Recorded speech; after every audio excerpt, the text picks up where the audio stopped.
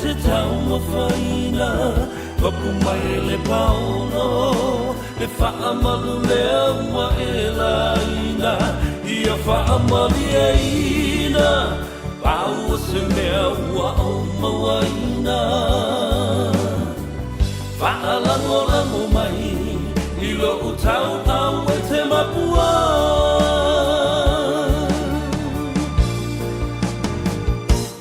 Le uso e sauia O le vainu lea e te tau mawhaina Mapuma e le paolo Le whaamalu lea ua e laina Ia whaamali e ina Pau se mea ua o mawaina Whaalango mai I lo utau au e te mapua Whaalango mai I lo utau au e te mapua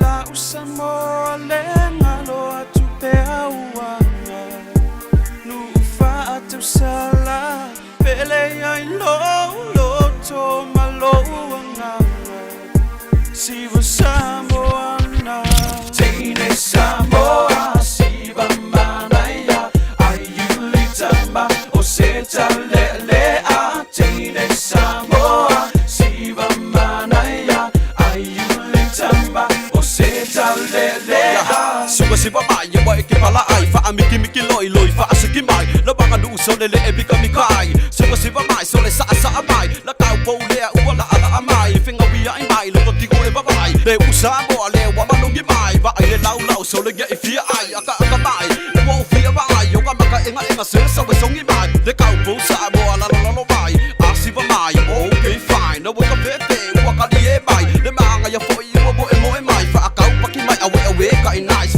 Kenye O Le Ngu Ua Paki Paki Mai Tine Samoa Siva Manaya Ayuli Tamba O Seta Lelea Tine Samoa Siva Manaya It's only right that I do this, baby. O Seta Lelea Yes, I'm on ways with your Polynesian face, girl. You got me hypnotized, baby, lost in the days with your Lua Mai and your Siva Mai. If you give me a little sign, you know it's on all night. Hitting all your curves with your lava. Malo, manongi say what's a sala. Lua Bell, always say oh mata. Damn pretty thing, you make me wanna. I'll let you, baby, and make you mine. With your Samoan beauty, girl, you so damn fine. Love it when you do what you do, with your head to the side with a say in your ear, and I love it, boo. Keeping it real with your Samoan style. Brighten up the day with your $1 million smile. Across the Pacific and along the seashores, nothing more beautiful than my Tine Samoa. For real, baby. Nothing more beautiful than you. That's for sure. You can ask anyone. Show it off. It's all about your beauty, girl. La usa moa le ngalo atu pe auanga Nu ufa atu sala Pele ai lo to maluanga Siva Samoana Tine Samoa Siva Manaya Ayuli Tamba O Seta Lelea Tine Samoa Siva Manaya Ayuli Tamba O Seta Lelea Tine Samoa Siva Manaya Ayuli Tamba O Seta Lelea Tine Samoa Siva Manaya Ayuli Tamba O Seta Lelea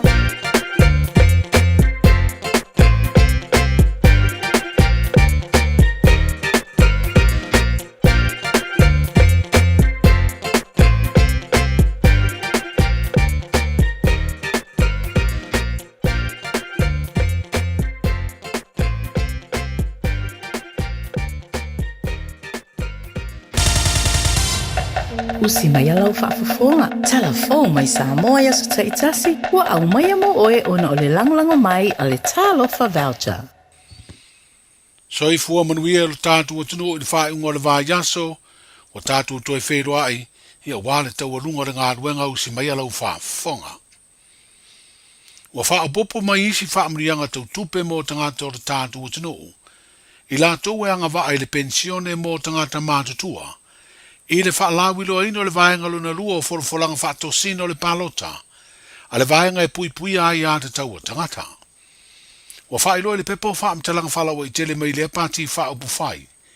O le isi leo fesoa swani, I le tu ititi o le mativa ma le tau o le soifuanga. Wa fola ai le whaalu o se vaenga tupe, e tu sama le ono se furuvalu miliona tala ai le tausanga. Mo le pensione a tangata mātutua, ma tu mai fo I lalo le ono se furutasi tausanga, e anga va ai se tangata I lea whaamanianga. Ma ua vai ai le ese esenga o tupe maua, e fua I le matua le soifua, mo e ua pensione. E a matatu le ono se furutasi, I le ono se furufata usanga le matua le soifua, o le a maua le lua se lauta la I le masina. O le mātutua le ono se furulima I le fitu se furufata usanga le soifua, tolu se lauta la I le masina. Ma le fitu se furulima I le valu se furufata usanga le soifua, malunga atu, e maua le fa se lauta la I le masina. Wa fa ingoina lea fuafuanga le vaenga I puipuia I ate tau o tangata o pelenga. Ma ua lato ufolai, o le afatino lea tāpenanga I totonu o se lau aso, o se whainga malo fau le vaenga wha upu whai, o le atula I mai. O le pensione o lo maua I le teminei, e lua se lau tā lai le masina. O le vai aso na te nei, na wha ilo ai le vaenga mua o lea tāpenanga I autu lava, I le vesoa swani I le tu ititi o le mativa, ma le tau o le soifuanga, e peo na fola ai le maua le tangata e totasi, o le lima se lau tā lai le tausanga. O lo awa wa I mai tāpenanga a lea vaenga wha upu whai, I lana ta imua ua ta pena, e fina wai I le palo ta tele. Ai o lo iei fo I le tele tununga, o lo wha vevela mai afi o tāpenanga isi pāti wha upu whai, ia la tau fo I folfolanga, o le a wha I loa I se taimila ta mai. O le tu mautinoa, e au tu umalawa ia tāpenanga, I le manuia o tātou tangata, ma le tamau a inga o Samoa. O le asfraida le whae ungo le niva I aso ilo tātou tino, o lo tango fia ia le whaamsinonga o tālo sanga to ilo po le whaamsinonga apili, a le whaamsinonga sili. Le apili le te tai ma le sui te tai o le vaenga whaupu whai, e pui a ia te tau o tangata, le asa avea mai tua ngai, ua lu I ai le whae unga le whaamsinonga maua lunga ua talia ai ma wha maonia, te ungo le wha vai o le tausanga rua o rua lima le ana pasia, e le pāle mene le masina o Februari, o le tausanga nei e peo na palo tai, le fafonga fitalai ma mau ai le lua vai toru, o no fua e lima sfuru toru o le pāle mene. O le whae unga fo I o le nei vai aso, o lo ilo ina ai e lea wha amasinonga, le talo sanga apiri le tō whama ulolo tā vita a mosa, mautu ta alonga Charlie Ulia Maisi, o lo lu I ai le whae unga le wha amasinonga mawalunga, na whai ai le polo a inga e tā ofi mo se teimi le tū mau, le ngā luenga o le fuaina o tua oio ele, o le fio anga o whenga. O li whaamasino e to tolu mai New Zealand, o lo o tau veina ngā luenga le whaamasino o tāro sanga, lango I nisi o whaamasino, o le tātou whaamasino ngā maulunga. Mai lua vā yaso lo whaatūlanga, e whanga solo ai ngā luenga, a le whaamasino o tāro sanga apili. O le atina ino nuu mafio anga o le tātou utinu I tau mawhai ngā le malo, e ala le mtanga luenga o whaato anga mawhai ngā whaiva. Ua whaelo ai le minsta le malo tausi mo lea mtanga luenga le malo. Le iei o se fiso soani uofoina le malo saina. O le asauni ai masini mamafa, e sua ina ai whanua o nuu mai tu malo I se tau mawhainga, e fiso soani le whaatoa ina leo de lau ele I la au tau whaato anga. O le titalaina le rua I se lenga, a le tu malo vai singano mua I le asotofi le nei vā yaso, na whaelo ai lea fiso soani, ele minsta mtanga luenga o whaatoanga mawhainga whaiva, le fionga ni uawa eti malolo. O lo whaala wina foi, le whengai pēo I tū malo, ma no tasi le toanga o ngao ma le whai titia o latou, e ngā lue I whaatoanga, e mafua mai le toa tele o tupulanga, ma tātou whana o sa ili manuia I ngā luenga whawaitai. Maua mai tauina I foi le pa'u maua lalo o fua o whaatoanga e maua e awina atu mo maketi fafo. Mai le lei whawhita auli, ua tauli mai nai e le tātou malo ma le matanga luenga. Se polo keti te le o masini ese, mai le malo saina e fesoa soani, ma fo ia le lei whawhita auli, mo le a ngai luma ma o le nei poloketi o le a whaatautai e matanga luenga lona whaafoeina mo le whaalautereina sua le lei lau whanua o whai whaatoanga a me ese le maa e pei o na iai isi atu no a wai pei o se toa tu ngā lea o tātou tangata e whai o le ngau hao le tātou tu malo e vau ia ai le a ngai o tātou tangata e whaatino matotoa tātou whaatoanga o le tātou tu malo le tasi nei o tu malo e pito te lero na lau whanua ia Samoa mai manao mia o na whao ngata tau i whaatoanga ma lafu manu au wane ta mau ainga o ainga taitasi o lo mai tawina le leo tato wati na koko ma le ava e mai se le mori saina o sama ato ai le motu i polu o lo fuata nei ai manao mia o sawo le ati nae ki isi fatu anga ese ina ia le vale tu lima manuia o le tu malo moata yao.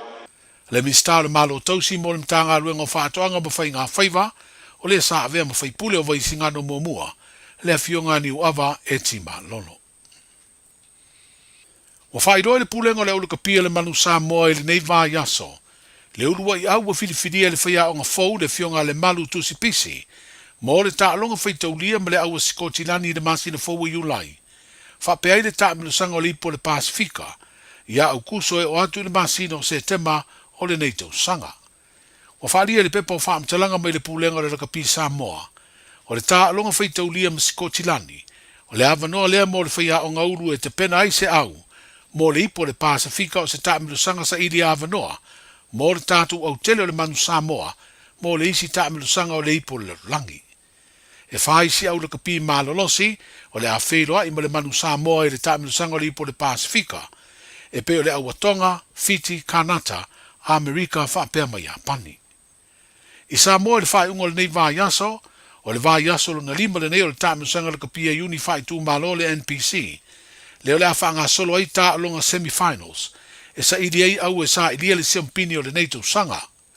I semifinals i le vāenga o au le kapia senior A, e whaia le malai le kapia tuana imato, o le a tā alo ai wha asale le anga ma le au wa Frankie's whale alili, whapere tā alonga, i le vale au le kapia le taula original la pia, ma le au wale pata.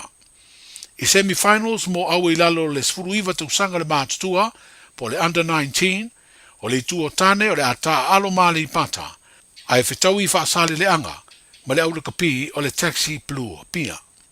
O whaeroa mai e le pulenga le kapi se whau tuanga mō tangata mata mata uma, ma le au tāpuai, i le matua tapu leo le ava malosi, whapea fuala au whaasaina i to tonu le lotoa, o lo iai malae whaiai ia ta longa.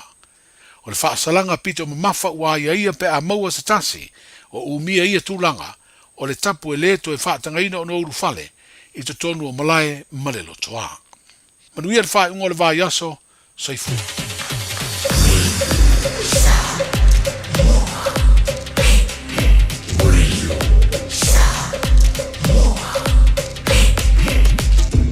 Limoi tu amo.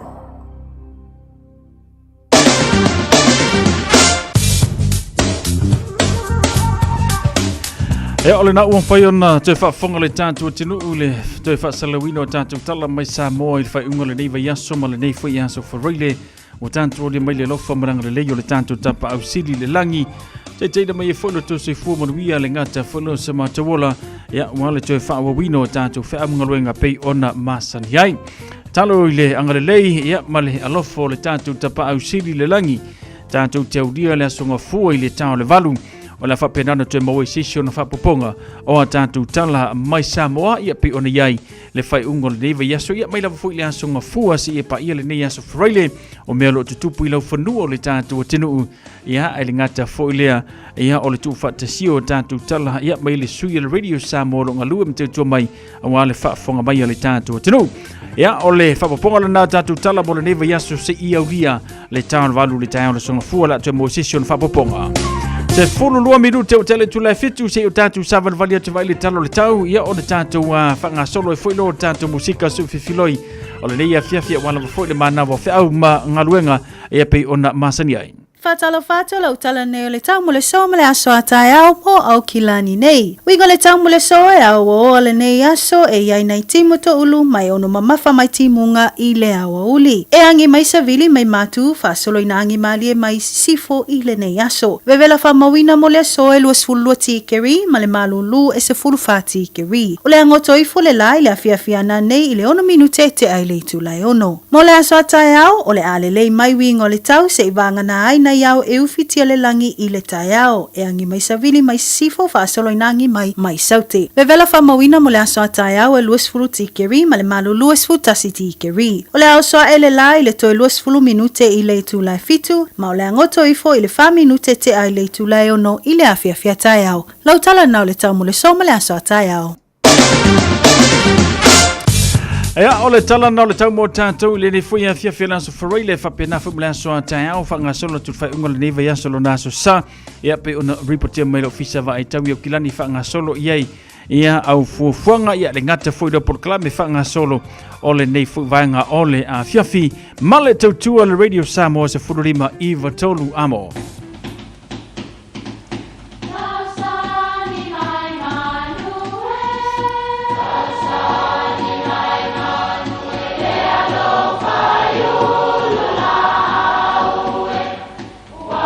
E o fanga manu i ululu o la au awa e fafanga i funga o la au. A o le tangata e fafanga i upu matala. O le mafileo o alanga upu mamuanga ngana Samoa maona whaapongai e a fua ilo na sio mianga. O lona lea sao i le whaatufunganga o le iloa whaale aso mai le tautua se ia o ina pule. O alanga upu mamuanga ngana ua lanto mamanuina le tō whamanino a Samoa, mana tua fo'i, e tāo fitau muli le atunu. E se le atu i ama.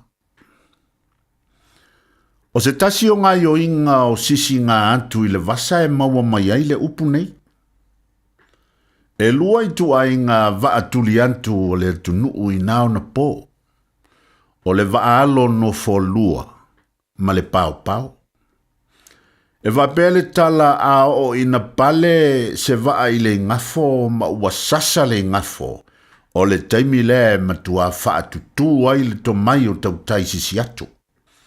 A o ina ai le mata atu na o le tongi atu lava o le pā mase. E ai le taimi e va ai ua sisi mai le antu o na wha taia lea e le tau tailo na fatafata ma pa u le ia i tu tonu o le vaa. O le whaiwale nei, o le sisi atu, e alo ese mai lava i le anga i antu o le sisi i le itu i ama, ona e la vea ai ma whaatele ngese ai le sisinga watu. E ta tau lava o na sisi le atu ma lafo mai i le itu i matau, peitai, e ai lava taimi e se ai le atu i le itu i le ama, o le vaa.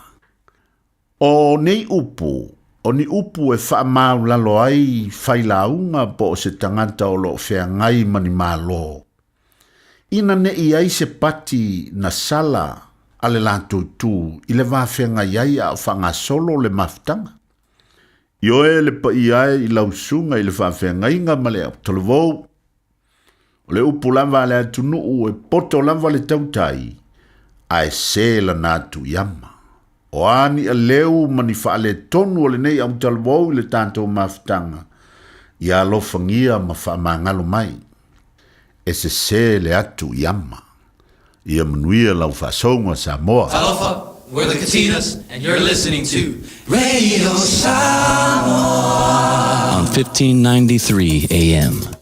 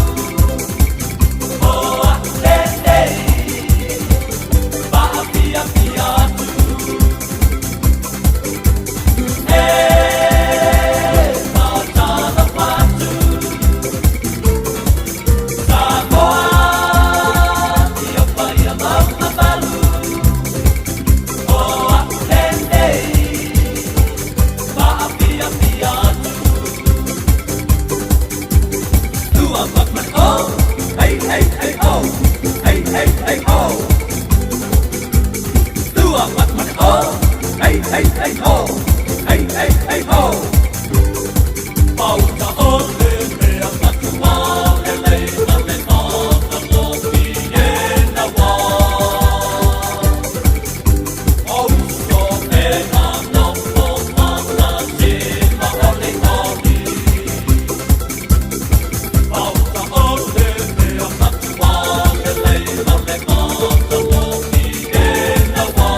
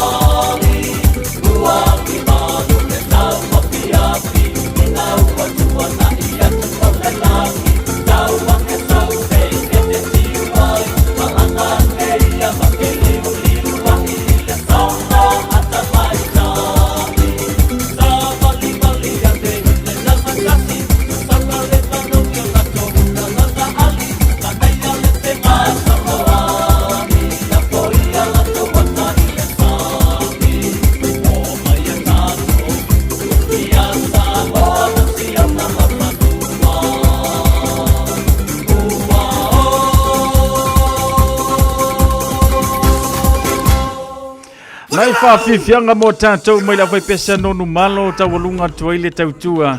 Ia asia uso ia asiava ato ni tui pea malana tautua mō tātou le nei fwoi vai aso ato e male nei aso whareile. Ala le tātou porkalambele nao le mau wha sa momoni. Ia pi ona masani fwoi lana tautua le nei fwoi ia vai aso.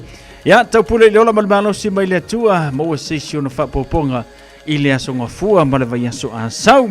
Ia ma o follow fan tu ilo ma le tātou pon kalame le pa ia ma mamantelo le tātou tinu malo le soifua manuia malo fo le ngā lue malo fo fa mara lo si fe au mga luenga pe ona ye tātou le niva yaso faisi lo wa le tulanga le tau le niva yaso ia avi ia lava le tua ilona anga le leia te tātou mfai ona tātou tanu mai le tātou fo launga ia ile nei fo yaso farile ile kele o le orisa e fa fonga ba e fa longolongo ai ya le ngata foilia ia o lau save uve unga sa failungo lau Facebook ma lau telefoni save uilunga save ulano ile ia se sitana lo ye tatu le teminga le lua orie kelinga vevese kako o le fa masinonga male palota lua va engana o le telinga save uve uwe kako dinge va ya so ia o lesi fo le nga vai ngola kako ko save uve uwe fo le va ya so fo ai lo tali tonunga e tele palau vale ai sau ko meni sa fai ioi o mele o ye tatu so skamba imea availe le sau ale pi kau kau ris e ma kau kia o ile ya o tulanga lava na o le no so ifuanga male nei o langa o tatu so ifu mo lai ia langa o kupulu arki kangia marseko ia ma tulanga pe o nei tatu fantalo fanto le tatu maftanga ile nei foi vanga la fiafi tupai matuna fotuali se fo maruia tupai lo fantu fa taili fa tasimaili nei ya fiafi fantalo fatu foi ya savaya uputawa yu pelile mafuta mai ya le ngata foi lea o le tato por kalame a sawa savaya kama sa leva ngal pale mengele se foi le vaenga fa pe tupu nei ya fiu anga mana ngai ai fa ko anga le belo ye o le la ka suwe kama ia fangua ngai au fai fatu anga ina ia nanga le wala kal palok kama sa siu tau la papa alo fatu malo le soifo maria tina nga wang fatalo fatu tina malo le nga lue malo foi de vale ne foi vai aso mal nei aso farele ia fa mo malu luko ko sinan bien ko ke mafuta mai male tu le radio Samoa ile nei foi vanga la fiafi konton touli soifo maria konton fa taile fata simaile nei foi vanga la fiafi male tanto por clame male tu le radio Samoa se funulima iva tolu amo Ciao. Kama sasa dansa musika lo fatu so alo fatu mo olua faftaile mafuta mai elele o nga fa kwa sa mo samunda yang afu lava la we vanga malau ka faonga amu ia oe Los Filipa minuto talent to laugh it to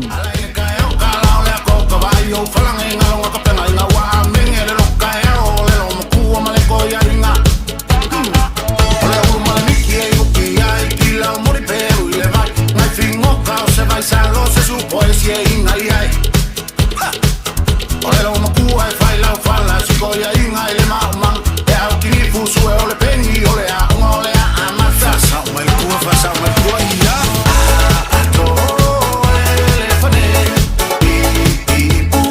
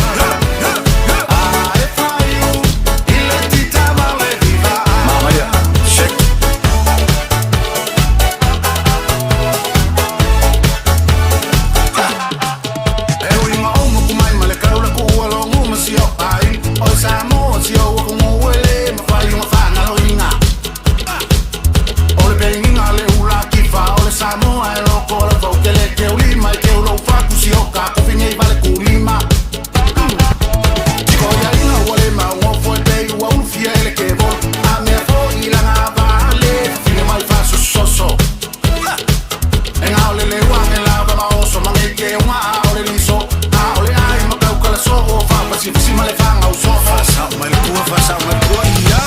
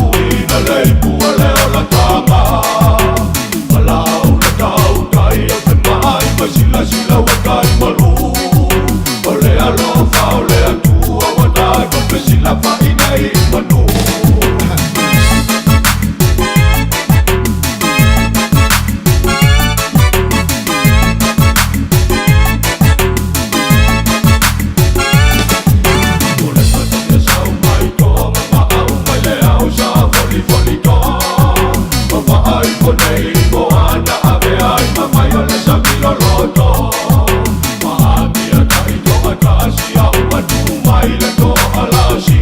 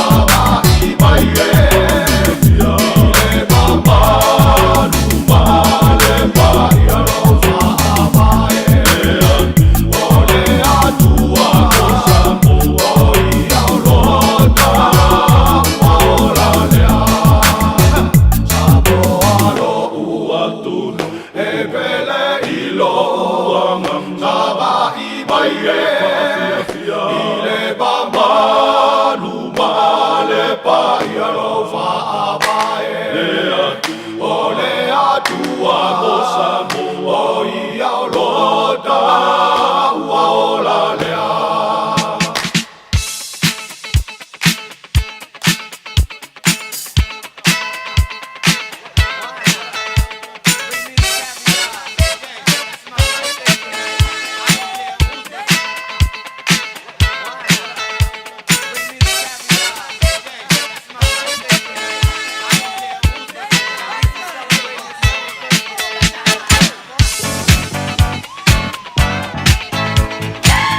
Tolu fitu tasilima iwa tolu la ulaina ua tatala tu mo oe pe whapeo le solo waso whanau mo lo waso soifua. Ia, ona e wala umele ia teo le tātou laina le nau matala tolu fitu tasilima iwa tolu.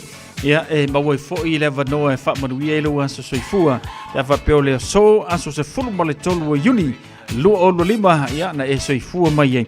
Ia, ona maua le wanoa e whamanuia e lo waso whanau. Whapena foi lungo le tātou YouTube channel ma le tātou Facebook page ma wale le lua mnoa ia a mai se foi o le tātou email o le On Air Ants Radio Samoa da o koutaren se te ma wale liai le whamarianga le aswhanau ma le aso soifua mo oe I le nei foi a fiafi aso se fulu ma le tolo yuni lua o lua lima tolo fitu taslima I vatolu talia se tātou wala au fatalo fatu le tātou porklame Ia tina ngauang Jay tia tano fai se uso alo fatu Jay Waftel fata si mai Queenie Savelio lungo le tanto YouTube channel Cecilia tunga mala manor ngā lua Silia Fatalo fatu ia sa Sally tu lima manor se fumanuia Sally Waftel fata si mai Nunu meia hello talo waftel fata si mai Leva polo yoelu unga po talo fauso Malor fata si mai le tanto por klame le nia fiafi manuia foi fea mngaluenga fenga iai Ele nei foi a fiafi lo naso Ferreira.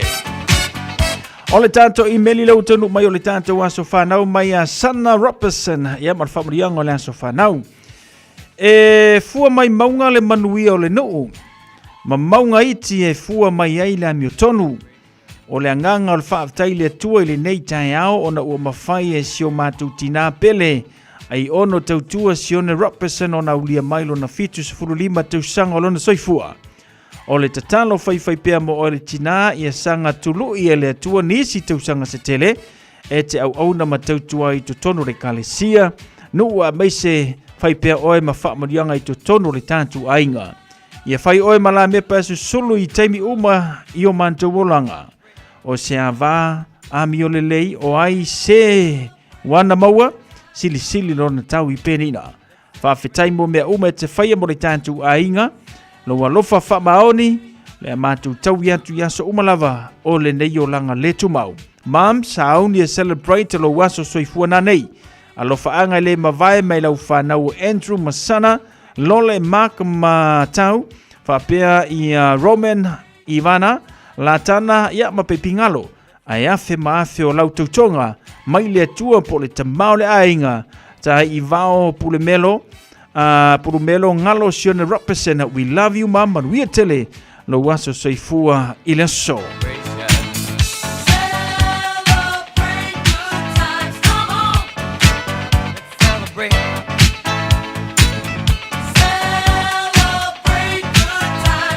Ya lei Paulo na le tato email le utanu mai tau le ne foi vanga le fiafi le tautua le Radio Samoa se fulima Eva tolu amo Angalele atu le atua le tina waulia mai le solo naso soifua ia ele ngata foi leo lato umalava waulia mai le solo te waso soifua ia o faisi pisi fa mga kuingoro waso soifua ile nei fuvanga le fiafi angalele le atua mo o tau ia mai le pulenga mala fanrenga Radio Samoa mo tele o tu waso fanau maso soifua ile nei fu ia fiafi O se tala fia nei Samoa, wei nei se tautua ma se unanga family noto mai le kampani o le City Craft watu si tasi dua lua Lincoln Road Henderson. Te maua iai le tele o tawa la poa band e o foi tatu tawa le laiti. Tania foi la tofa le tonu tongi e talafu mo le tatu cashback. Ama tatu lima se lausi aga iatu le lima afe tala. Pe so te mai ulungia Peter Pernanto le numera all wa tasi o wale walu fitu lua. Pe amanau mia se tawa le fau molo ainga i le tau malulu. Citycast.nz Wa ye nei le la lao le Bluebird Lumber and Hardware I mangile a wa fa taumolo ainga I Samoa. E mawhaiona whai umai oka o loa faufale pusa aisa o ngā umu TV moenga se tino forma le tele o loa ese o fa tau umai mawhaiona tatongi le tātou ofisa I mangile ai piki I fale o loa o le Bluebird ia pia vai tele po sa le longa. Walau loa le olua tasi 5 tolu fafa olua tasi 5 tolu fafa pe I meli le info@tlmarketing.co.nz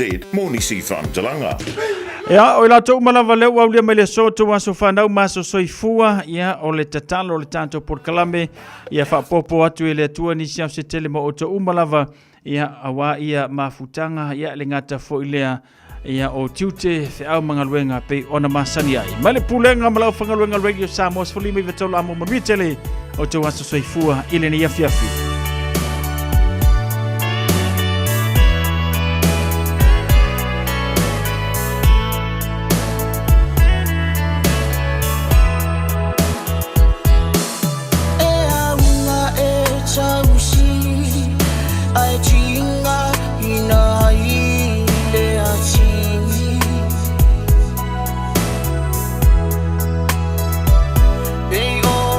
Fale e tu lupe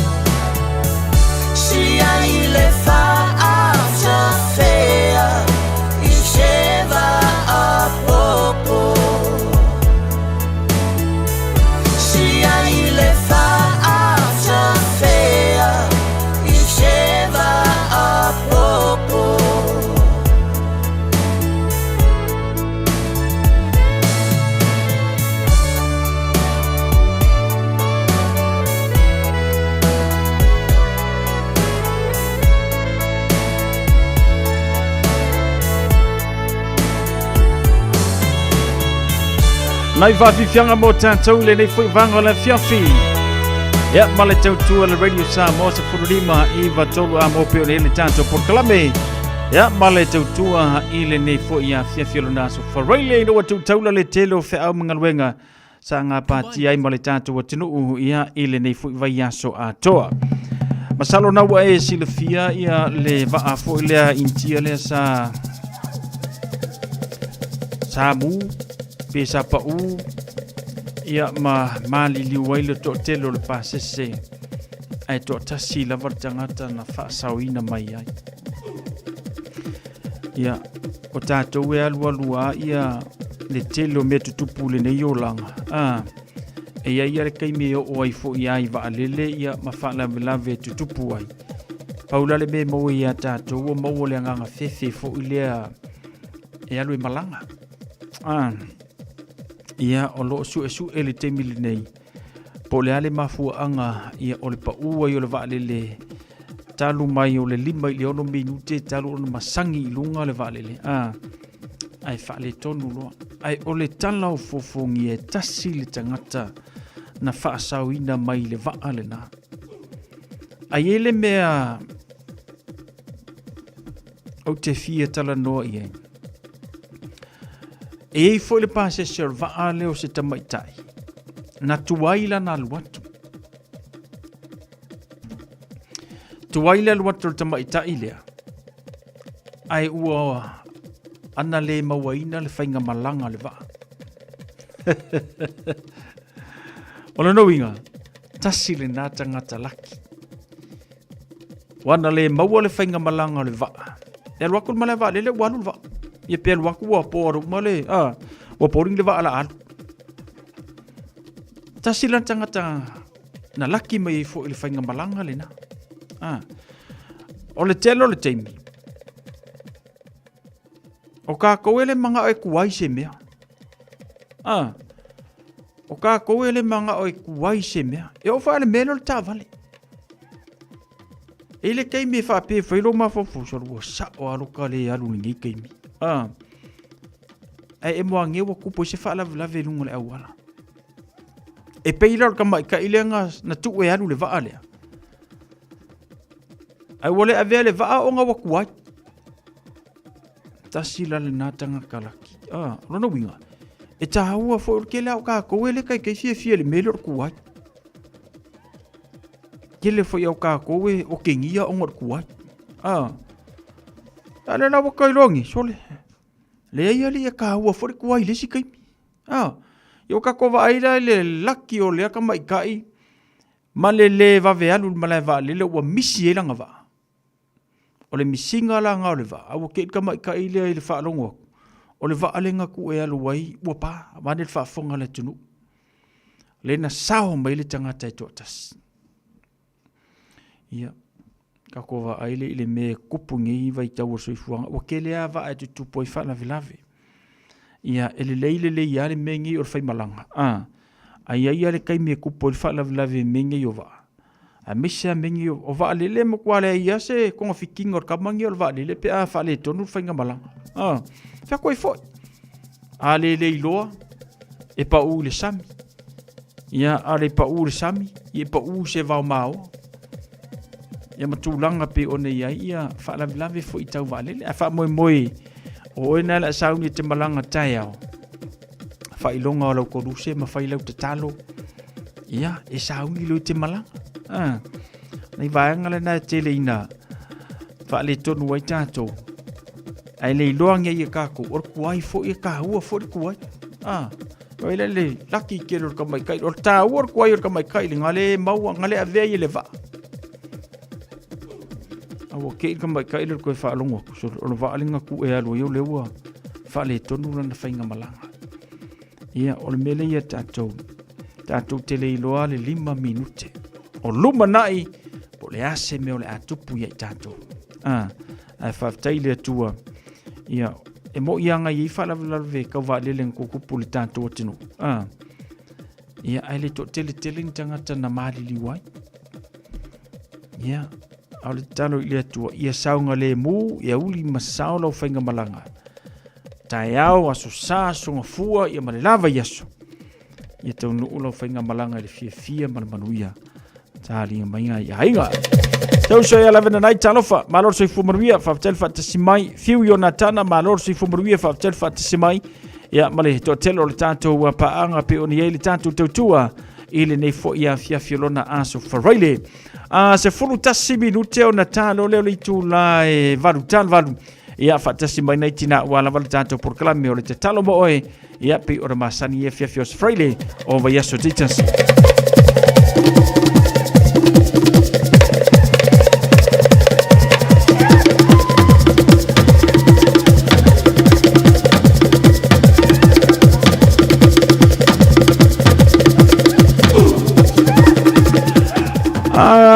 Le lau se atu tātu le lau pesele na mol mana o mainisi o tātou paanga i le nei a fiafi a o le taina le tūlai valu i o le tātou porkalame o le tatalo mo oe whanga solo toi ma le tātou tautua ia i nei a tātou whaasilisilanga whala uitele ia le ua tonu mai a tau i le nei fuwanga la fiafi.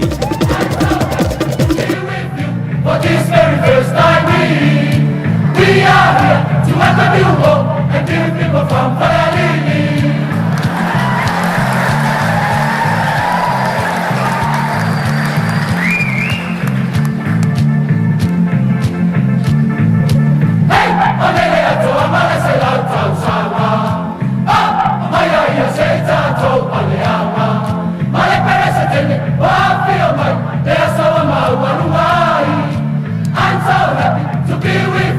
For this very first time we are here to welcome you home and give people from Valladolid.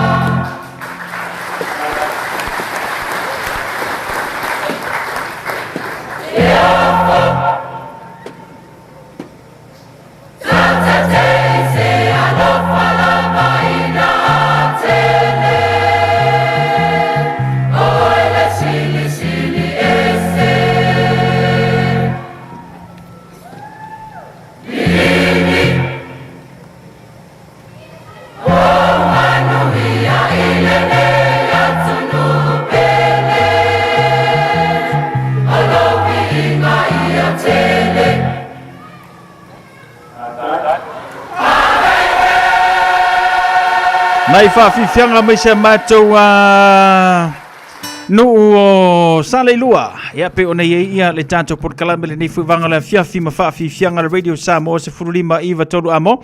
Ia au whawhonga mai le tātou te nuu ia I maonta malalawa ina wa mai ale tele o whea mga ruenga le ngata fo ilo Port Kalame wha solo sa whea ngai ma le tātou te nuu. Whatalo whātu ia Frida, tāno wha Frida, ilunga le tātou YouTube channel, whaatele whaata si mai, manuia tele whea mga ruenga, beise manolonga o le nei fo ia whiawhi. Na ia tātou whaasile silanga whalawe tele lau tanu mai a tau au le taina le valu. Se atu leo le tātou Port Kalame nei tina ia wana wa fo ile tātou Port Kalame o le tatalo mo oe pe o na masani le lantou tua Iaso Whareile o Vaiaso Taitasi.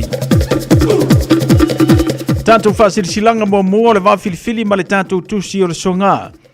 Awane ngalo saulo minga o le tusi o le songa whaatasi ei ma le lolo minga o le wawhilifili. E mawai whaalupenga o Samoa I sisifo tutuila mamanua o nisi o tāna tu o Samoa o ngā upo le matawhai o le matai I le whainga o le whaalave pe o whaapoiponga ma liu le o singo a inga whesila whainga o paolo si I whaaloalo whaalanginga o ekalesia ma le tele o le ngangana whaaloalo. E fitu se fulu tālalo na tatau na le official level Radio Samoa I le tolu pā tolu ono Hopewell Avenue manukau e te mawai. Monisi whaamatalanga vla au le lua no lua ta si lima iwa tolu. Lua no lua ta si lima iwa tolu pe tanga iane I le shopper Radio Samoa.co.nz e whai mai eisau oka o tātou tusina. Mafutanga a maile. Whaatolou lau whaafonga anga Samoa ai ole nei whaasilasilanga e whaasino tonu le mafutanga alo matama whanau au ni paolo foi mani ngawhai manuaile nei nu o a maile yalipata. O na whia le tātou whodotanga I le aso tona I nei aso se furu ma le whao uni e leitu le tolu I le awhiawhi. No whanga e whai ei Kaustena Community Hall talo sanga tuai ma le nganga mualalo. Tātou mafuta pea le autala vau fia maua se tātou whero inga o na ose mata upu tāwalawa. Monisi whamatalanga whafsotai mai le telefoni le olua tasi, lua whalima, whaono no lua. Olua tasi, lua whalima, whaono no lua whaftai, o le ofisa mafutanga amaile, o lo sainia le tātou whaasila silanga lena. Mafutanga alomatama whanaua le neinua vaie e sa whantai au kilani nei. O la whaia le tātou mafutanga masani le aso tona I nei se fulu ma le whao yuni lua olua lima, e le tu le tasi la wauli. I le maota lu tui mga maule tua tusi whalenet plaisi mangele. E talo sanga tuai ma le whaaloalo le tātou mafutanga, a me se fo yo tama whanau o sio tātou nu o vaie e sa whantai au kilani nei, a fifio ma maliu mai tātou nu ti mea whatasi, ma whao maopopo le mafutanga sio tātou nu. Whai mai le tasi whaupunga wha Samoa, e le leile to e sea nu poto. Talo sia I le lofa maranga le leo le tamau I le langi, e mamori antu lo toso I fua maso matomola, e tātou te whelo I eile na aso I le manuia. Morisi whaamtalanga whaamolmole whaafso tai le tete fono, I le numero le olua tasi o iwa, 5 valu. Olua tasi o iwa, 5 valu whaafetai, o le laulawa fono maftanga vai e au kilani, o lo sainia le tātou whaasila silanga lena I le nei fo ia fiafi. Mafutanga sangata anga pa ia I le ulumoenga. I le hawa tele te tau ai e mātou te whaatalo whātu le pa ia mawalunga o sui uma, o le tātou mafutanga sangata ana pa ia I le ulumoenga. O le pa ia lava lea I lau whetalainga, I le matua ngā tongi, I alipia ma le toiva, a fio soa e malelangi alo ta malelangi, ia tau alo whai matuyoti, ma o lua ta whai ia umanga ma pa sese, ma liu mai o le lumoenga, o le ulua I tumua, e wha sile sila tuai le tātou forutanga e pei ona masani ai, a mai sei o le tātou wha momoe o loma nei, I le aso malo lo le mantariki, aso le fono, aso tona I nei se furu ma le whao uni, e leitu le lua I le wauli, whaia le tuantusi se furu ma le wha o Tara Row, wha moe o le tātou whilo ia I le naso I le lofa maranga le leo le tua, wha pea le whautua te talo o le tinapa I o Maria, wha mariatu le tui ainga oma, ma whanau o sia tātou nuu wha pea no foa wha whengainga mai kalesia, whaia ma le whanalo tele lava, a fionga pātele, Michael Alipia Elderman, a fionga le tetei fono, ma le laulau soifua. lese tatu fa'asilasilanga lenei mafutaga alo ma fanau I faletoi tolou Samoa I lau fa'afoga'aga o lenei fa'asilasilanga e fa'asinotonu lea I le mafutaga alo ma fanau o le tatou aiga I faletoi I sa tupaitea o loa lala ma papa'a ao I so'oseitui au kilani nei e fa'apea o le ato e fa'autanu'uina le tatou mafutaga I le aso tona I nei le itu lae tasi le wauli faia le nofaga masani numela valu Line Roadway Melfi Monroe e te talo toi le tatou mafutaga tatou fa'amalolosi e le o toi umi se taimi e fa'aiuina ai ma le manuia le tatou galuega I Samoa I so tatou aiga mo nisi fa'amantalaga fa'asota'i ane le olua tasi o valufā o iva fitu valu o olua tasi o valufā o iva fitu valu po le olua tasi lua ona lua iva fitu o tolu o watasi lua na lua iwa fitu o tolu whaafitai se nie asiata nu au sala lau tafi sina pati o le taitaifono le tātou whaasila silanga le nā whaafitai.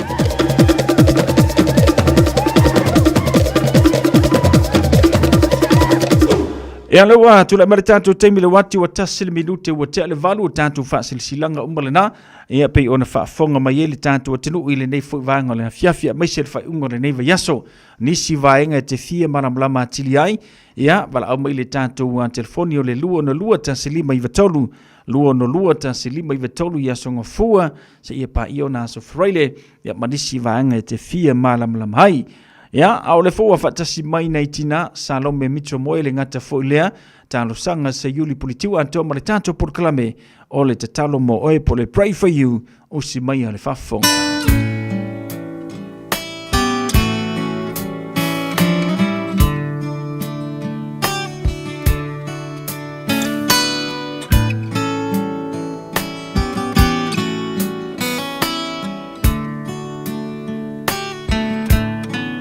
Mai le vavau I le whaavavau tu mau oe o le papa e le malue lue lo uolo maualunga o te sao ai mai le malosi o le itamai mai le vavau I le whaavavau tu mau oe o le papa e le malue lue lo uolo maualunga o te sao ai mai le malosi o le itamai lo uanganga whamanu ma whawhetai o le atua o le vavau na te umau oe si ia e lo leo malanga elelei oe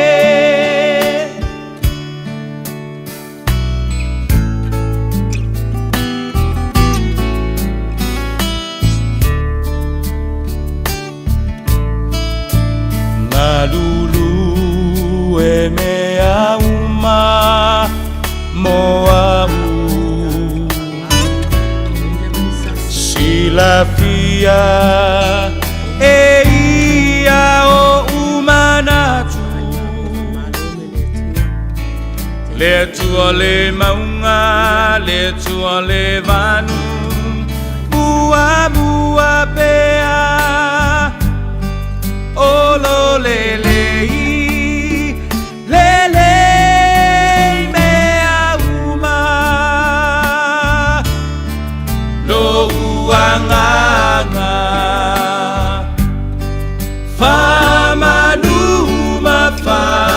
whawhetai O le atua o le vavau Na te mau oe Sia e lo leo Malanga Elelei oe Lo uanganga Famanuma fafetai Ole atua ole vavau Na te mau oe Sia e lo leo Malanga Elelei oe Elelei oe Amene fatalo fatu Samoa ila ufafafonga anga ili ni yafi famalo le soifua maua malelangi ma Hallelujah. pa ia lasi ole au ufafafonga o mafuta maile ne yafi ile ngata i New Zealand ne o Samoa ma le Pasifika le lalolangi atoa ai fatalo fa pito atu i o tatou tama matina matutua faafetai mo lo o tau soifua tatalo Amen. ma le talitonu o le atua lava le tali o tatou mana onga uma ia ai alo mai e Samoa o sa lo me mito moile nei Talo fota sang se yuri politi watoa. ma se whaauponga o la tatou polo kalame o le tatalo mo oe kausa Amen. Tato falata lata atu i lumo le atua ila tato tatalo. Hallelujah. Ina ia whapena nanga le leile atua mafio mai. Tato te mafuta fatasi. Hallelujah. Ia lumatou tamapa iae o la wafionga matou te whaafetai atu lava i lo suafa i o vai. Amen lo matou atua e a mata mai nei lava a ia o i le whaavavau. Ia vi ia le suafa i ova e a fua mai le mea e alwa e ai le la e o atu i le mea e ngoto ai. Wasili lava i ova i lungo nu ese umalava. O lona mamalu wasili i le langi. O ai ea se tusama i ova lo tatou watua. O le whaapena o na whaamaua lunga ina e ia lona afioanga. O le whaamaua lalo e ia ie sila mai i le langi. Atoa male lalo langi. Aleluia. Le atua e lo mātou watua lava oe. E te whaamanuia mai lava ia i mātou. A o mātou whaalata lata atu. Awa e mātata uturu inga uma o le lalo langi ia te oe. E o le pule ma le mana. Io vai o oe o le puna o le vaiola.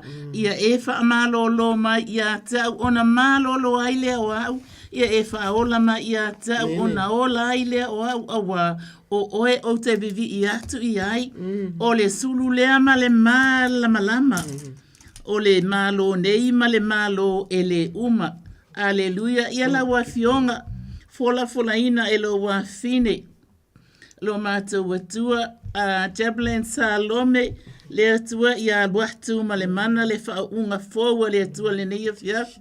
Ia e mai se fo le sunga. Ile li tala o le radio Samoa. Sausi whanua mo lau whaunga mana. Mai se fo ile atua. Ia lau whaunga fo ile tapua inga male whapena o na tapua i mai aile li. Male tamai taipule o le radio Samoa lui ma ane Bonifacio. Ia le au whawhenga inga foi o lo whapena o na tala ina lo fina ngalo iso o se tua le lalangi. Ia sungai whawhenga inga malava o tapua inga ese le atua wa mātou tu ina atu ia te oe whau umai fo ia tau. Le atua le tinga ngalue manu malo. Lo mātou tamapa iai, ia whapena o na mātou au na ia te oe se au nanga e te fia ma iai lo mātou tamapa iai. E ala ia ke riso Yesu. Amen. Amen. Amen sanga whaftai sanga. O sa tātou whaamalosi i le neia fiafi. O le a maua mai le tusi a Neemia. O se tusi lau i loa. O se tusi e le aise Samoa o te talitonu e le iloa ina le tala i a Neemia. I le taimi na tu mai ai Neemia. O le taimi tonu a lea na mana o mia ai se tangata e pe o Neemia. O le taimi lea na tu mai ai. Ina ua iloa e Neemia ua iai fa ale tonu. Na sorry, tala le tūrau Samoa. O le taimi lea, sa ngalue o le sa tautu waina ia Neemia ile tupu Persia. Mana tu o le to tele ai o ia o na au ainga na lave vea i tangata ia na ave fa tangata o tawaina. Ile taimi na pule ai Israel ua fa aleanga o ta ape ai se a. Ona o le tele o le anga sala le fa alongo. Le fa alongo i lātou i lo lātou atua. Fa atanga ai le atua wale upumoniana e tau. Fa atanga ai le atua o lātou fili. E afe. E afe. O le taimi la lea, o le ai tautu waina. Le taimi tonu a lea na lātou ai le malanga. Le malanga le uso Neemia o Hanani. Manisi. Wa watu. Wa fesili Neemia. Fa alongo le fesili ai ufa apea. Po a mai. Po a mai ia Utah. Po a mai ia Jerusalem. Malu. Ia o le tali la na au mai. O se tali na whaanoa noa ai Neemia. Fai mai le tali. Ua whaaleanga ina. Ua whaangao ngao ina. Ua ngao le. Ua leini tangata. O lona winga. Ua sola. E te maua malava tala o le. Tala o leo te whai atua. Ile waina o se fulu tolu ma tā upua Neemia. Oka. O se tusi e tā ua ile whai tau. O le winga la o le tātou whaamalosi. Ua ta umai nei, ua langona le tama, ua langona le ali, le whaanoa noa ua ta umai. Ua le lei, le sisi e pia o tātou, oa mai, fasito, oa mai, sanga, mea whapena. Ona ta talo leo Neemia ma le awali i lea na o atu, te whai atu i si fwai upu o lea fionga le atua. Ta talo i le atua. Ia ila le fwai upu lea whai mai, ile te talo a Neemia. Whai mai, sanga, whai mai. Mai lang talo. Ua mātou wanga leanga lava ia te oe, ma ua mātou le tausi poloa inga, ma tū la fono, ma wha amasinonga na e poloa i mai ai a Mose lau au auna. O te ai o iatu ia te oe, o Neemia la lea, ai ole au te talo o iona. O te ai o iatu ia te oe, ia e mana tua lea fionga na e poloa i mai ai a Mose lau au auna. Na e whaapea mai, au tau anga sala, o te whaata ape ina o tau inu. Ai a whai tau te liliu mai a te au. Ma tausi au poloa inga, ma o tau whaia, e ui lava ina tulia o tau le tulu inga o le langi. O te whaapoto mai ai ia te o tau, ia te ilatou, ma au mai i latou, i le mea o filifilia e au. E tu uailo uingoa, e te talo lea, e te lea le te talo. O le pei whaata e tae alunga sanga, na o sina whaamalosi. I le tātou mafutanga, i le tātou lava vāma le atua. E le ai longa i eise ti o tātou e le maua le mea lea o le ting, e ele taimi e le lava ai, tu lou. E ele taimi e whainga tā ai le e aunga tā ai o le upumoni ale na. E ele taimi, le wo o taimi o le malulu, a whai o le tae au na e ala po, i o pei wa si i atu i tua o taimi. Se i o aina o atu pena o le 5 pe se 10 minute, i o uma le taimi ma le atua, o le winga la le na, o le tala, o le anganga o le nei tusi, o te whai atu ai, ona, ua ngalue nei ua vaai ai le tupu. Ua ese au winga o Neemia. O Neemia se tangata fia. O na fesiri lea o le tupu. Po le ale. Pe ai se a. O i se mea o whaanono ai. A walona winga fia. Ia. Ai o le au pe o la ufa upu ina wha apele tali a Neemia. O le whaanono ea. Sanga. O le whaanono ea. Se fete au ngasa. Ele ai so mai. Ia. Wana le whaanoa lava o luloto le na o kalale ale tupu. Ia ona o matua fefe ai lava lea, ma o whapea atu le tupu. Ia soifua e whaavavau le tupu. Se ale mea o te le whaanoa ai, o lo whaatafuna ina le a ai, o le mea e iai ia a tuunga mau, o utama ma o upui pui a ea, ua wha umatia i le afi, o na wha apea mai ai leo le tupu ia te au. Se ale mea e te mana o ai, ona o ta talo atu ai lea i lea tua o le langi. Ia, ona o fai atu lea i le tupu. Pe a fai e le le tupu, a fai fo i e te alofa i lau au auna, ia e a wina atu au. I uta, i le a ai o iai tu unga mau o utama, ia o to e fai a. Ona fai mai ai lea o le tupu ia te au. O lo o nofo fo i ona tafa lana masiofo. Pe fia ea po o lau malanga. Amen. E te toi fo i mai fo i a fia. Ua lelei fo i le tupu. Ona ia a wina mai ai lea o au. Ma o tuu po fo i a te ia. Wa o fai atu fo i le tupu. A fai e lelei le tupu. Ia au maini tusi ia tau. Ia li i e pule. Ia. Ona tala atu ai lea o le vai tafe. Wow. Ia la tomo mori atu ai ia tau se ia o. I uta. Ma se tusi ia a safo le leo le vao o le tupu. Ia au mai ia tau o la au e fai ai. Fa alava. O fai to toa o le olo o le fale, ma le pā o le ai, a toa ma fale, o te aluane iai. Meni sanga, mai ei nā sanga. Le tangata ua ngā o ioi, wala ngona le alofa.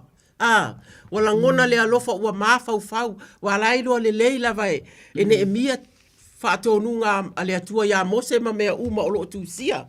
Ia, wa whaanga ioi nei. Ia vai le alofa ngia, fai mai ele wa whaatanga, ala wa fai mai e apea a mai ma se pē mita. Se pē mita o te aluai nei, te ua latu tau fia au. Ia ma le au malanga. Ia na fai uma nei mea uma, e alofa ngia. E alofa ngia ne e mia ele maota o le tupu. Na fai ngō fia i foi, ona whaatanga i le tupu e alu. O mai, wa fai wa fei loa i wa va ai pa mai na alu le le stako pa mai na alu le po a o moe uma e va ai le e va ai ia Jerusalem mai Utah po fa fefea ia wale wa tonu ai tonu atala na fa longo ai ia ona fa apea ai le ole emia ole ngalu wenga e le tu ua o tatau ona fai vai le anganga o le tangata ua lea lai fai atu ai lea ua fai ai le tatalo lea a le ua amata ona faa poto mai faa mole alu e fai tau o le matau tia lava o le nei tala e moni e le lava o upu e avatu ai a o le mea moni lava o le tatalo ane e mia o le ngā oio inga ane e mia o le faa poto ina o no tangata e le ifai ngō fie le fai ngā o le ngā luenga sa iai fo ina i tangata sa faa sa lave i mai ai na ngā lue lava o le mana ia i o le fai taunga atu i se tangata wa talangona atu i lota loto ta fia ne e mi ai taimi o tata talo asanga e o le nei poro kalame e le se mea na e tūlai o le mea te tauna e mawhau i ai ma lo lava ia te o tō o ta talo ma tāpua i mai ai ala o mai ala le fai upu le asanga le fai upu na le ne e mi le ta uai o le ne mi e valu fa mo le mole asanga tango e fai tau mai le ne mi e valu valu foi upu la e lava le ia ni ta ko ka no e fai tau mai le foi upu e fia e iva se ia te ia o ilalo le foi upu e se furulua amen one mia o le li e pule lea ia ma e sera le fai tau langa le tusi upu ma sa le vi o na o a o ile nuu wala tau fai atu ile nuu uma o le aso pa ia le nei ia Iova lo o tau watua awane i o tau whano noa awa fo ele whetangisi awa ua whetangisi le nuu uma ina wala tau whaalongolongo i upu o le tula fono wa ia fai atu fo ia i latou ina o ia outou, ina a ai mea lolo, ma inu mea sua malie, ma ia outou abetu whaanga ia te ilatou, e le isa unia se mea ma latou, awa o le asopa ia le nei i lo tātou ali. Awa ne ti ngā fo i outou, awa le fia, awa o le fia ia Iova, o le fia ia Iova, o lo o tau ma lo si lea. Whaftai sanga. O le mea ua tupu, ua mana na o nei e toi whai tau mai le a fionga le atua. Mana tua o toi fia whaalongo i polo i ngā mose. O na whai tau mai le le tusi upu o le whai tau langa. Whai tau langa o e sera. Ua whaalongo longo atu nei, ua langona i le loto o le tangata. Oka eni se na o i ai tātou, ma o tātou. Ua mawhatia a, pei o le winga, ua whetangisi. Ai lea lai whai atu ai ia ne e mia ia i lātou. Whai ati, nā o ia o tau, i nā ai mea lololo ma inu mea sua malie. Ma ia o tau, ave tu whaanga ia te i lātou ele i saunia se mea, mā lātou. A wā o le aso pa ia le nei ilo tātou walii. A ua ne ti ngā fo i o tau. A wā o le fia ia Iova. O lo o tau mālosi lea. O whea e mai ai lo fia. O le ale ngata o lo fia. O le ale te leo lo fia. O le fia o le oli. Fai mai o le fia lea. O le fia e mawhai ai ona wha penisini ma wha ola lo tanau. E fai se ngā luenga. E mawhai le fia lea, le oli lea. Fia e maua mai aisanga. E maua mai le lua mafutanga mavala lata. Ma le atua. E a matatu lava ia. Ia ma ua tu lou ma ngutu le matau te tala. Tātou umalava e nda ua le tātou mafutanga vāvala lata lea. Lea tātou te tatalo ai le atua, whai taua nā fionga, tatalo i le anganga pa ia e iei le taimi o la ma susula. Oso ma. O nei afi. O toi fangu mai o le ngā luenga le atua, so se mea o vala au ina ai tātou, so se e ka le sia o lo tātou iai. E iai lava si fasi mea alofa, e whapea i le isa mea na avatu e le atua ia te oi. Le ai o la lava iai le fasi mea alofa, na iai le ne e mia, i te tonu ia te oi, e te ngalue ai, io so tiute po oi olo e mautofi asanga. Io ro mautofi, o lai wha maa losi mai le atua. O le oli le nai tia i umati ngāwa ai atu wa papa le bank account tinana va ayatu ya mionga fa na utama ai pe wa tau walu ilunga le leo le tatalo ale oli le fai mai ia oli fai fu fai fu lo leo fa ia tutu salo leo fo ia va ai mai ti olai tutu sau lau sa vali olai fai tau lo fiong pe le winga na fa malo si ne ia fiafi Samoa o le fa malo si mai ole atua ele ai ma sei si o tatou ele o ile mea o le vai o la tatou ngā luenga o le fawina lea o le ngalue lea e fai le ngā luenga lea tua o le vave ia o na tatou fai va alongo atu ia Trump wa kele kala ave ia Trump i Amerika fa alongo aku i Lucia ma mea o lo tupu mai ia fa alongo atu fo i le tatou malo oka ia tu ia o fea o ia ile tata talo o tatou te talo ia o tatou puno no ia o tatou walo lo fa le fa ale nganga moni le ami o tonu o le atua o mafaina tatou te talo ia o le fa malo sile na mo tatou le ni tai au fai mai asanga fai mai o tou ai ma inu mea sua malie ma iau tou ave tufaanga. Lona wina alo fa atu fai pea ngā luenga lelei tufa. A wā o le fia ia Iova. O lo o tou malo si lea. O lea sanga, ia tou anga lava e alu i wot, umanai te alu i talo ai. Ia ma avatu lea fionga lea. Tua wa umasia ma fa malo si le neia fiafi.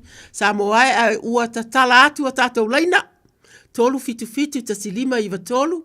Tolu fitu ta silima iwa tolu. Ia, o le a atali. Sanga ia alelua o sauta. Hallelujah. Ia, whatalo whati tātou wala au lunga le laina, sango mai. Ia whatalo atu o lo fretua. Talo whawhau. O ka sui vai o le atua. E uida no wale tau, palulu. Ia o whatau nuu fo tātou. O tātaro ni tae e nei po.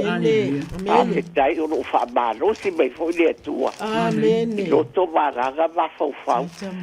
A tai mo whamaro si. O kare mānai o whamaro si nei tae au. O nei teimi o. Ai mai si o tālu sanga. Ka mo ni e tālu sanga. Whawhetai. Na ngona le fatu mana ere. Pākana whana le pae mai ori.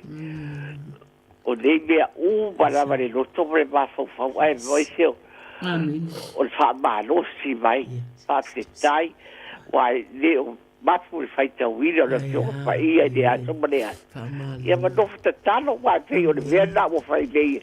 pa to watua wa tere fi ta fai ka ta vai se lo do wa ta wa ia fa vai fo yo fe fesi vai pa de tere fa la dave ai fa dai o lo tani vai tere tu ta no fe fai fea lo ba vai fe va ta ga fia fa dau pe va ba ale be no foi ai so dai vai la va tano e si vai ia ai vai se foi se fa dau o e va ba no foi o so tu agade va la to ai ia o ba wa so ta iga fia va de oni ia ai vai se foi todo va to e calicia e su al fa se agaiga va fa tua no fualo wa la baba tira va tu ti akodo wow ia e ora vai dai fala o wa la va so ta iga fia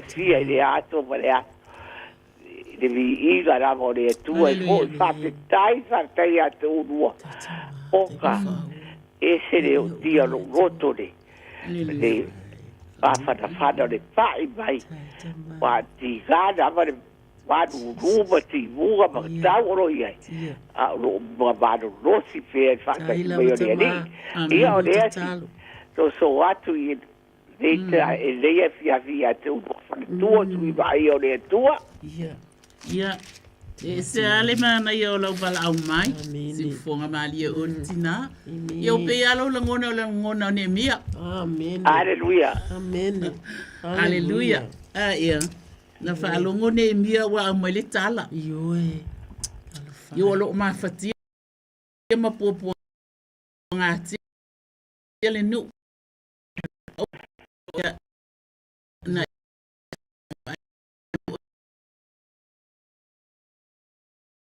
la dia ona o mai tanga fo yo litino ya fa mai la tala o e totoe o e na totoe ba ai oi o totoe na totoe ya wa bo ye inisi wa fa pena na fa ilangi ia le tuninga si e totono lo e kalesia ya ale fa mai oi totoe oi na totoe e ta uma ye wa ye inisi wa fa malanga atu ya ai inisi o lo totoe fa mai o ya le tumalo wa tele le pua nga ale e te tau longo mai ai haleluya fai mai ma le ngaonga o ina o lato ua solo ia fo i le pa o Yerusalema o me ia sa fa longo ia ile le tam ia le tama le nei sa au na le falo le tupu haleluya ia ma fa pe ailo na langona ua va ai mai le tupu ua ese folinga le tama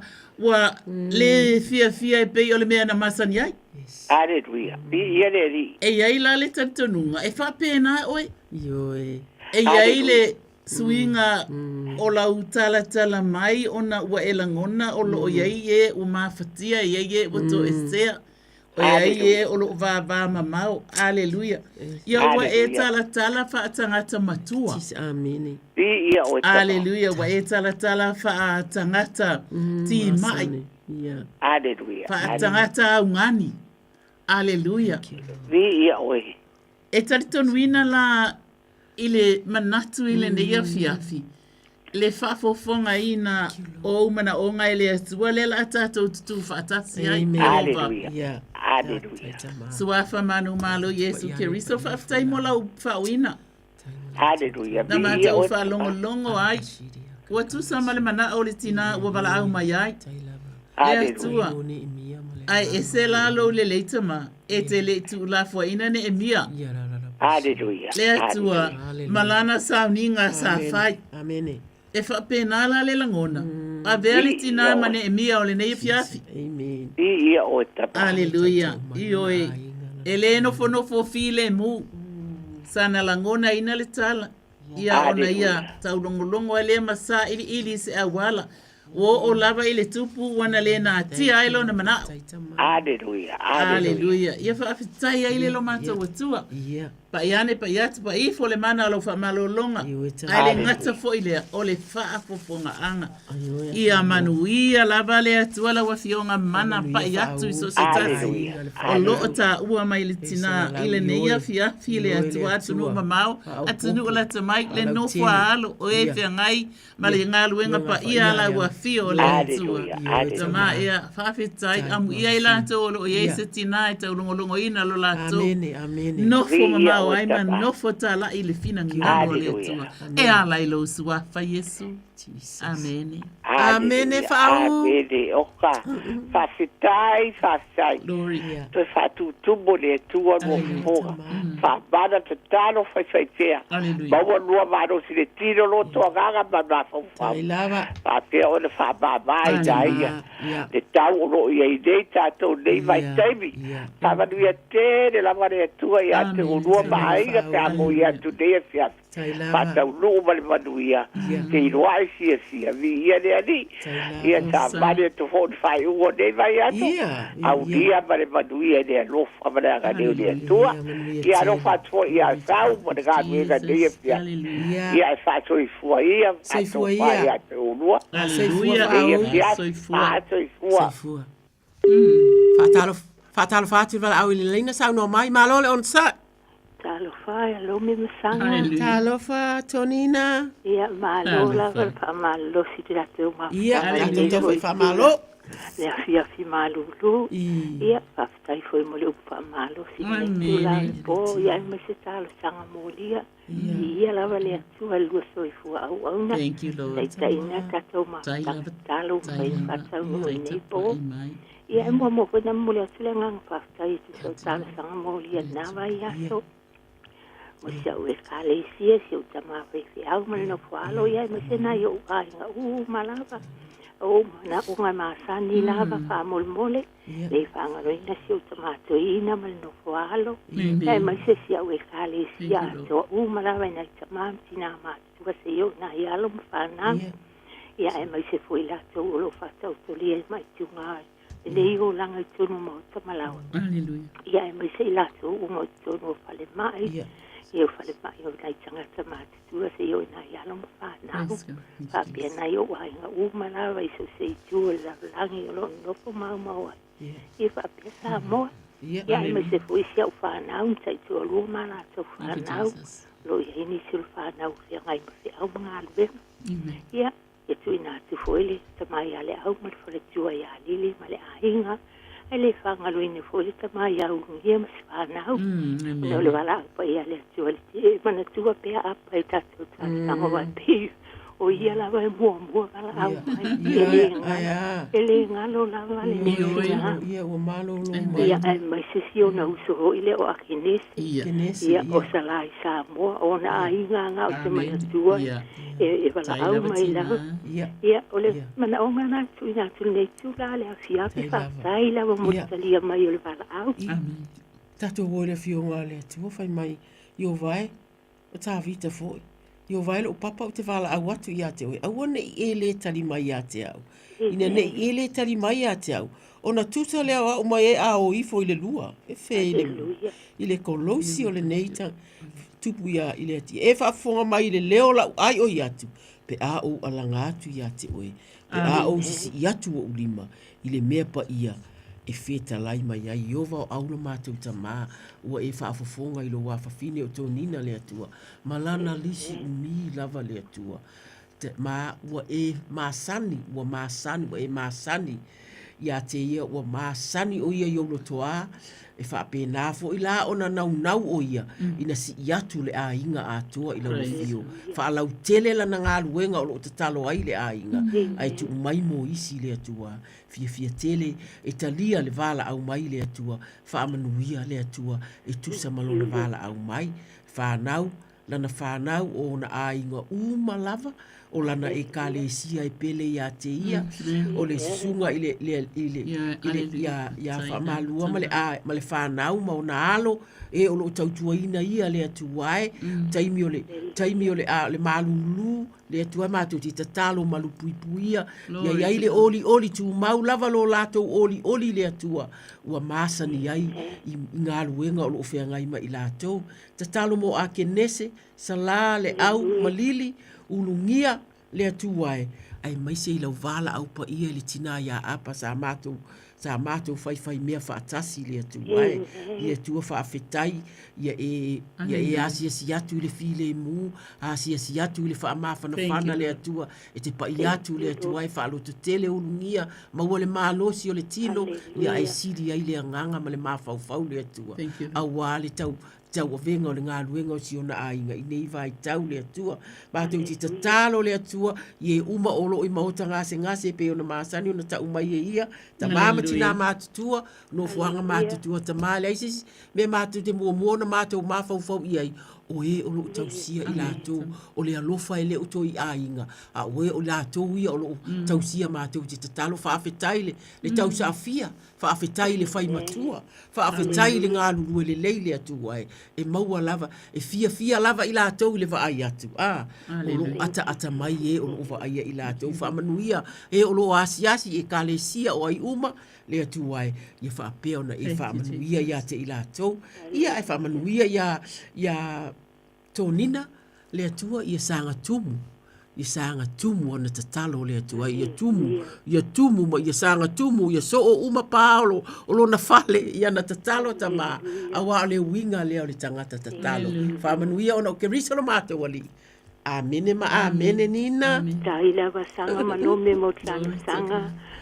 Tai tele lava i lewa i gasu ma lewa i gasu ia le atua lua o langa ngā lua te alofa tele po lua i whapea i sau o lo tu mai le po ia manuia le alo atu le weekend tai tele lava manuia le po ia soifua ia tonina soifua ia malo le on sai patala fatu tatapala aulunga le laina malo soifua ko ki ngā mai pokarame maka ngofie la auli. Ia, te waku voi me masangi lava, kai lava mo ko ngaluenga lopo le kua voi malo sia ko. Ia. Ia, waku ane tinga ni ai na kongu tinga soloso marfanga. Mangele, ia, ape foi wili kongi po lua kinga ya upu marfanga. Ia man mako ai nga ko malava, ia mawo mai masangi. Ia manguia lava po kai kele lava. Haleluia. Lava la uli sanga. Awa telu ese ma telefoni e whanongonongo mai la uli.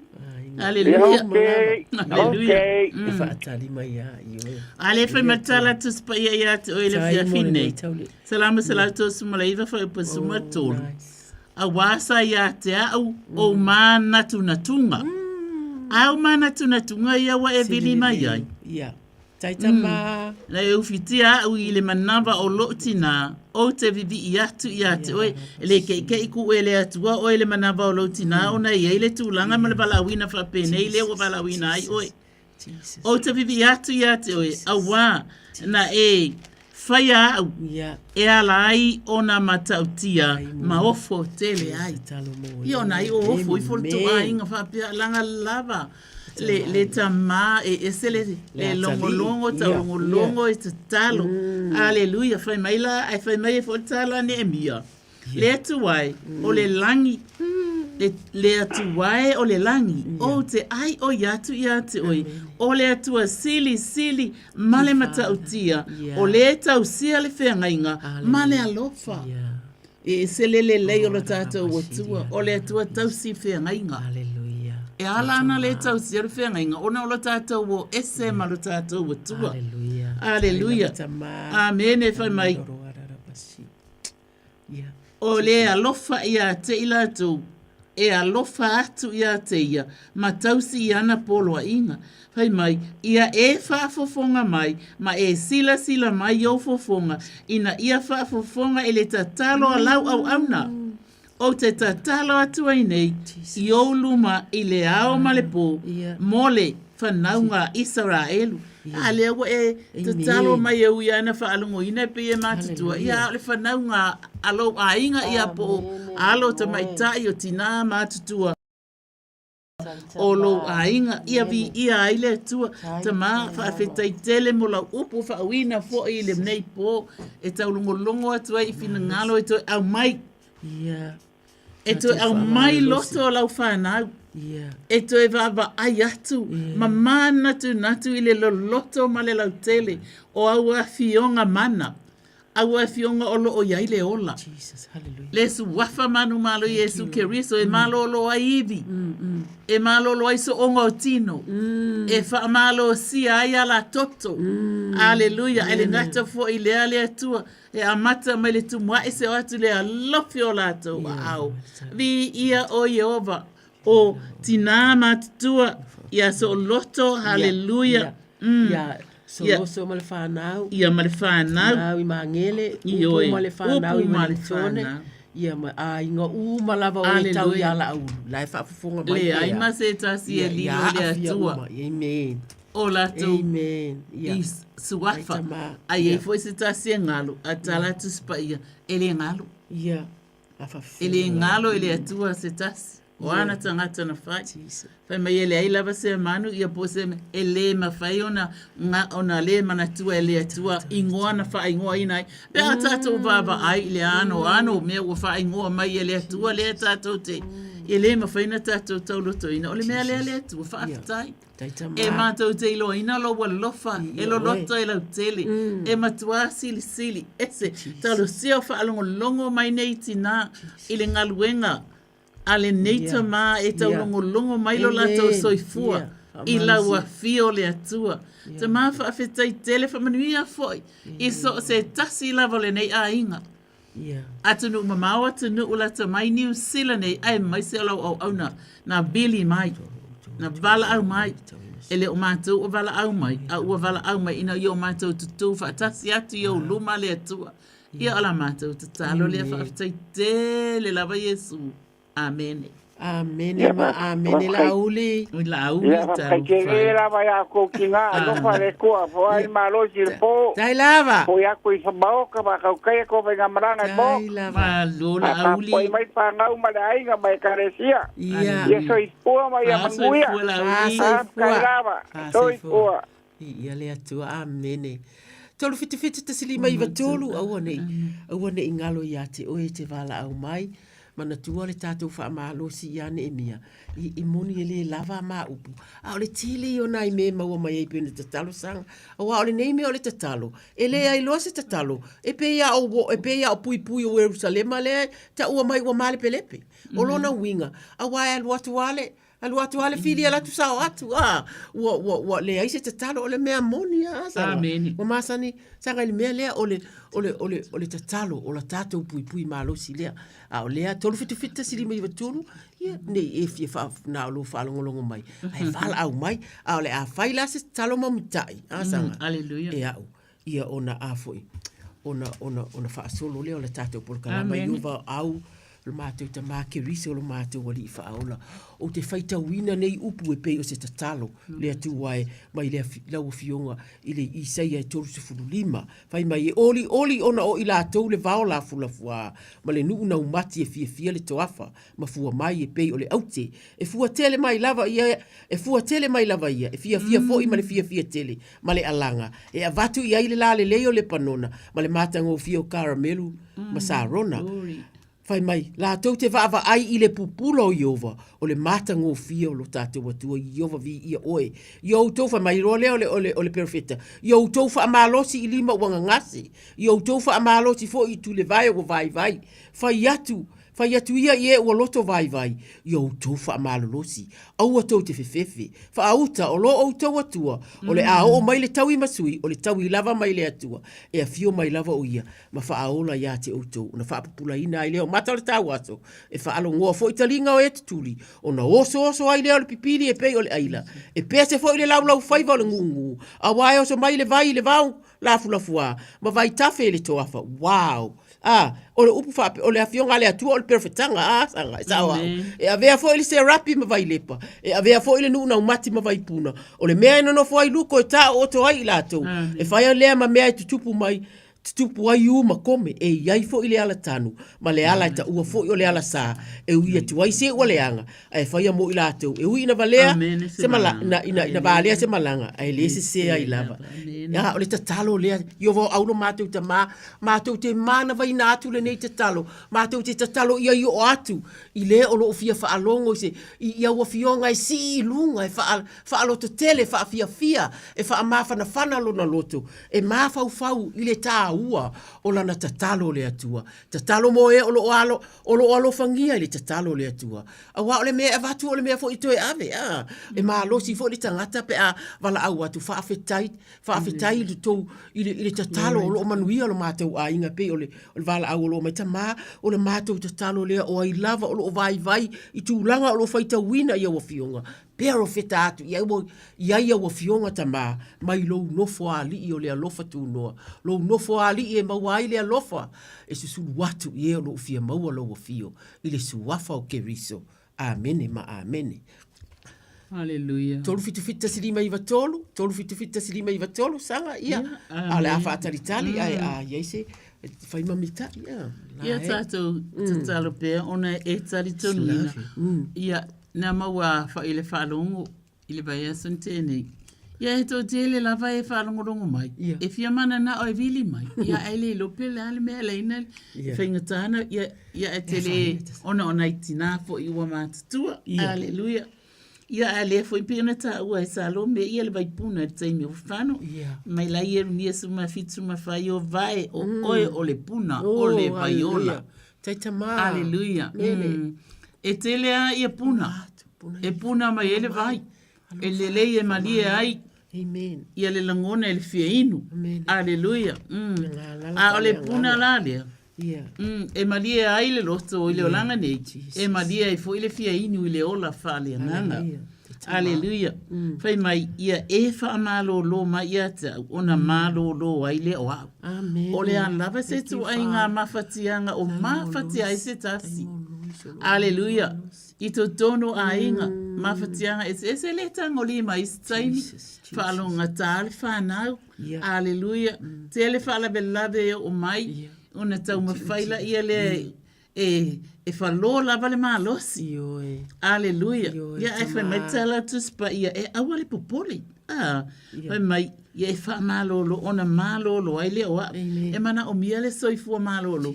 Ona nei te ua malolo a, e se mai po le alava situlanga ni whale belabe oi. Ia e maua ai tātou le mai.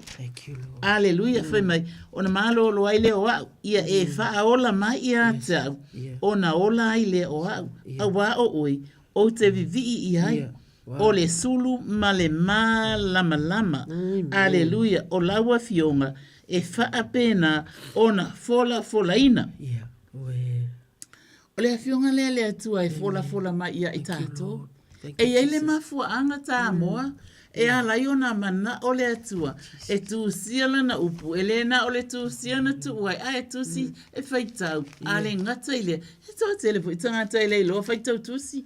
Ai, e wha pena. Ona fola ina atu la iai. Pei foi o le neia fiapi. O le toa tele o tangata, o le leia, e tasi ala la tau whaalongo se la unga ato seisi. Ai ato e tango e toi au mai oka, pei lava o tangata, e se awala le atua, langa e tele me alo wha le atua. O le siu fofonga tala, alleluia, o le atua. E nā te whaamatala ia te, o e nā te whaamatala ia te, nā te whaamatala ia i tātou whai mai, a wā, o te whaamalolo ina oi. Amen. Alleluia. E tele tu ai ngā mawhatianga, e mana o mia ele whaamalolonga. Alleluia. Io e aloto mawhatia fo i pe aunga tata, pe whainga tāre whanau, ia po i ei fo ini mea wale mawhai ona o ia ele malosi. Alleluia. E mana o la le whaamalolo ina o le loto. E aona malolo, ma ia loto fia. E mawhai anta whai a te malielo, fina ngalo malielo loto. Ia wale au ia ele malosi. Alleluia. Whai mai, o te fofo ina o manua. Jesus. E tele manuanga o tātou e ese. E manu ale mafaufa. E manu ale loto. E manu ale nganga. E la manu anga ele au ia le foma. Hallelujah. A o manu anga la ia. Na ole upu ale atua.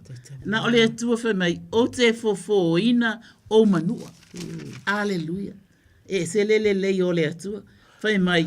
O lo o feta lai mai ai ova. E uma ona toi au maili ale fionga le atua. O ia lai feta lai mai. Ina ia maua e lau whaafonga anga. Ma maua e lau whaalongo. O le upu le atua le feta lai mai. O ia. Fai mai.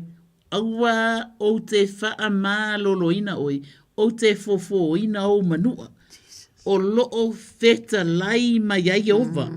E sele maanga ia a ea. Fai mai o ai ea o ia ua wha ma losi i lona loto.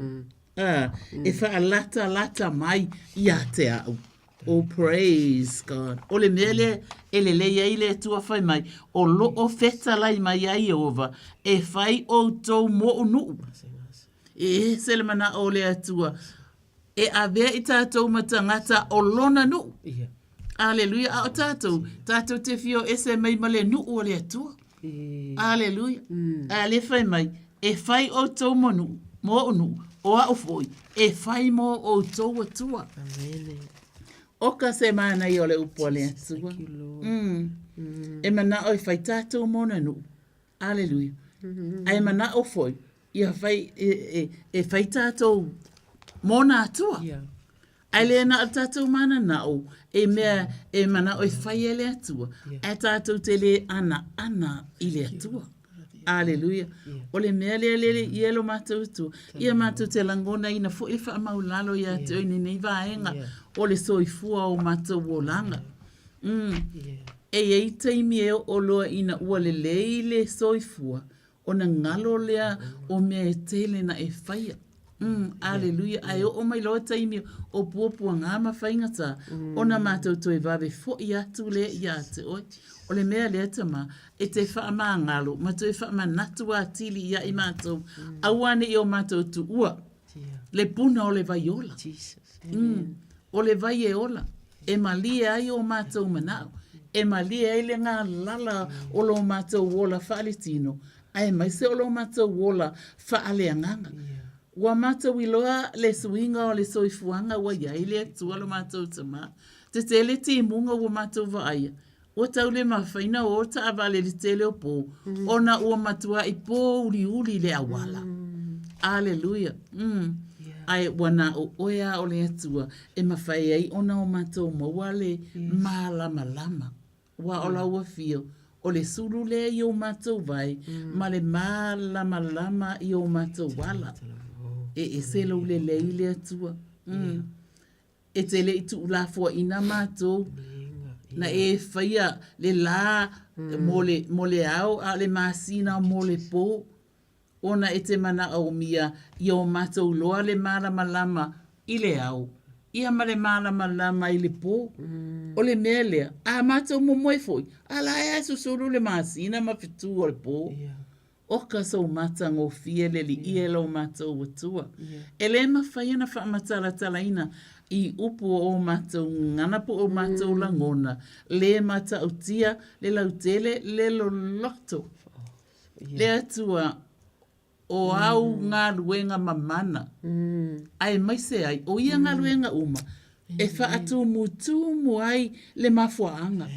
O le mafuaanga, o loa lofa lea, awa fionga. O le sili o ia mea, o le alofa lea. Ia whawhitai loa lofa e tū le noa. Ina ua mātou le fo i atu maa salamo ina. Aleluia, ona e li liwai lea i loa lofa e tū le noa. E le eise mafua anga, e mafua ai on fai. Ai ua e alofa mai ia i mātou. Ona o ngā luenga na whaia e ua au. Ai mai se, o le tongi ola. Na maliu ti ngā ina Yesu Keriso i lunga lava ole na sata ua Samoa. Fetala ia Yesu ua whaile nei mo oe. Wai se fia inu, ave fua. E ave fua le vai, ua umana totongina le tau, o le tau, ele pala. O le toto pa ia o ke riso Yesu. Amen. Amen. Amen. Malo sanga. Io e malo o te fia te talo mo na io tatou tangata o le mawele dementia. Amen. O le diabetes. O ngase umalava e whaatatau le tino i tatou tino o le fatu. A tonu tele o tatou e. O le a ula tulo. O le a ula la o te talo. O le a tali le vala au le o vala au mai. Glory to God. Whaatalo whatu i le o ilua le leina sauno mai. Whaakalo whaaku i lua sunga wharekua. Alleluia. Kalameli le ilua. Tāpu kalameli. Ia. Kai lava mor kalia mai o le manga onga. Ili aku wha mole lava. Te kakalo mo wa umar ka mao le ainga. A ua makapengi ma le whaangau. Kasengi. Kapeni. Tapeni. Ua ma ia whapenga fo ia urikinga wha mole. Ai mai se o le mako e kale sia umalava ma le ai ki ngā maka māma kua. Ai mai se o le mako a inga a kua lava wha mole. Lo uava ma lo whaalualo. Malo tala meli. Ia o le ita talo. Ia whaitau me e whaalo to tele umai tātou. No e wala au mai. O le isa ia a iso taimi ia. O e una e sila le ia isa ia e whase fulu. Whai upui o lau whaitau ina e te leiloa ea. E te le i whaalongo ai ea, o le atua o le vavau, o Yehova o le na whaia tulu inga o le lalolangi, e le vai o ia, e le ti ngā ina foi, e le masu e ina lo na mawhau, na te avatua le malosi i e ua vai, a o e ua le aise malosi, na te whaatupu tele i aile malosi, e vai mati ngā ina tama mātutua, o taule le a foi e pa u lava i lato, a o e whaatalitali i a Yehova, e toe whaafowina lo lato malosi, lato te si ia e apa au e pei o a etu, lato te whemo, ei a ele i vai, a ele vai, lato te sāma vali, a e ti ngā ina, a ele ti ngā ina, Yehova o aulo mātou ta mātou te o atu i māua fionga, whaatasi matala meli, malona au a inga a toa lea tua, e mai e na wala au mai ai, whaafetai e te whaamalosi, e te whaaloto tele lea tua, e te whaamanatu fo i le tangata, le tā ua o la ua fio, e te whaamanatu fo i mai au fionga, e le aise tasi o oena e whawina mea o e na e whaia mea uma. Ele masu e ina lo mawhauta mā. Le atua i le vala au mai. Ia e pa i atu, ia e pa i ane, ia tā peni, ia talameli. Tā peni ma le la whanau atua le atua. E te sila fia i o lātou tino tasi le atua. Le mea o lo onge ai po o lo fia maua ai la ua fio. A ua fionga ua mātou whaitawina le atua. Ina ia whaima vai malu, vai fofo le atua, vai e whaaloto te tele ai. Tala meli ma tā peni. Ile taita i ina o le la ngā luenga o mātua. I nei taimi whainga tā, o lo wala au mai fo i ta māmati nā uma, ia ma a inga o i la uata mā. E tu uatu i la wafio, Yehova o au whaafetai e whalala lava. Le tatalo a le tangata le atua, e manatua, e le nā o ia o lo manatua. A o inga lava ia o tangata Samoa le atua, e le tasi e le lua. Ai whalala lava ati ngā a lewa e le i whaalongo tama. Ia o whaapena afu e po oa mai. Ia e whaasoso o lava le, so tau au lava i le tatalo, le atua asia si atu. Ina i ta māmati nā uma o le ekalesia, na i ona a inga uma le atua. I tofu lava i la tau ma se mana onga le atua. Ai le aise mana onga siri o le malo si fau lea le atua. E whaau popo ina ia i la tau. I taimi matau sanga ua e ave ia i la tau. I ti ute o lo ngalu lue ai ele ngata i e kalesi a inga fo i le atua. Ai mai se fo i le malosi mo i la tau lava, ma o la tau tangata. A wale o langa nei o lo mātou o la ita ma, a vatu le tō wha e tāla no ai, ma tā uta uaile le lei, a vatu le wha awhetai. Pati patia lo walofa i le ato ma le ato. Wha manuia tala meri le atu wai, ona o lana wala au mai. A afia ina malava ona a inga o e tau i a tala meri ma tā peni. Ona o lana wala au mai le ne afi. I le suwafa o ke rise o mātou wole atu ai tamā. Amene. Tala meri. Ia oli aku whakaikele lava i lua wharekua. Ia maua se Hallelujah. Jai lava mole karusanga mole au kaliale. Hallelujah. Para awako. Hallelujah. Ni kangaka fa kai kile lava. Ia lava le afia. Ia, so ifua ia manuia le weekend talameli. Ia foi le weekend fa kai. Hallelujah. So ifua. Ia, whaatala whaatu tata wala aununga le laina. Le aises. Ole, la statuta. Tolu fitu. Ale wa saulau kōl sanga. Bisa i biru fita. Talofa. Sauno mai wa mawat. Ia, sai lava. Talofa oli sanga o le ali ia so uma masa fai pea. Oh, you make me encourage. Oh, yes. Tu ati ya sanga. Yes. Oli. Amen. Ole vera o vile kwa sa wale upu e pa maru se ya. I trapo ko le paro my house. Ngau lalu ia vo fai vo ko pa u. Oli. Ko ele ka wale mai ve ko fai ai ko. Ia ai o se suka ko bai ti ai. Ko bai ka ko mai po ke mga awan pai nga mai ATC. Ia kile yo pai to ia nga. Ia bai ko mai o pole e mai almea pea. Ia na wai. Ia le lopo a te o vai e a ko vai. Ia yo e tu I lava ono sa I lava. Ia Elena o e wai. Telefona isa tina o pena a ia. Ba bole la kalo no polau. Le sabe o dia kwai te e complain lo pa ko mai poa ko que quero escali o quero pa ti mo ko ire te dia que. Mai alu no ko te pa vai. Deve ser pule sapo que mo foca. Ole ye tu ka ko pa. Ia tu vai o ye tu nga ke. Popole le bang ko mai ya tu ko. Baga yo ko pa si ko aga uma ko lo ko ve. Ia, bai no fo ia, o fo ia tamaiti. I me fo wala awina I la to wele tua ia ana e o mau mai a ia. Ia lava ia. O ago papel au ke lo pa yo I no mo kai mo wa. Ai si ko nga pa pi. Ke lo pa ia. Hallelujah. Ia sanga e faita watu. Tu spa ia. Gate oi. O te tuina atu ia te o tou le manuia, o lo manuia, o te le avatu ia te o tou e pena avatu, ia te o tou e le lalo langi. Awa, o te avatu ia te o tou, lo loto atoa, ma lo walofa atoa, ma lo wanganga atoa, awa e te fefe, awa o te ia te oe famili sa ia fatu matas. Yo e tama. Aua le te pa ki ronga oi aku mai aunga e ko ke pa I fo inga le ko venga oi ro aleluia le fe mai au te pa aua o lo watua le fe mai la le okay ya ke oi ai fe mai o te fa malo sia oi fa long fo oi aua le te pa aua o au olo watua, o te whaamalo sia oe, e moni, o te whesoasoani ia te oe.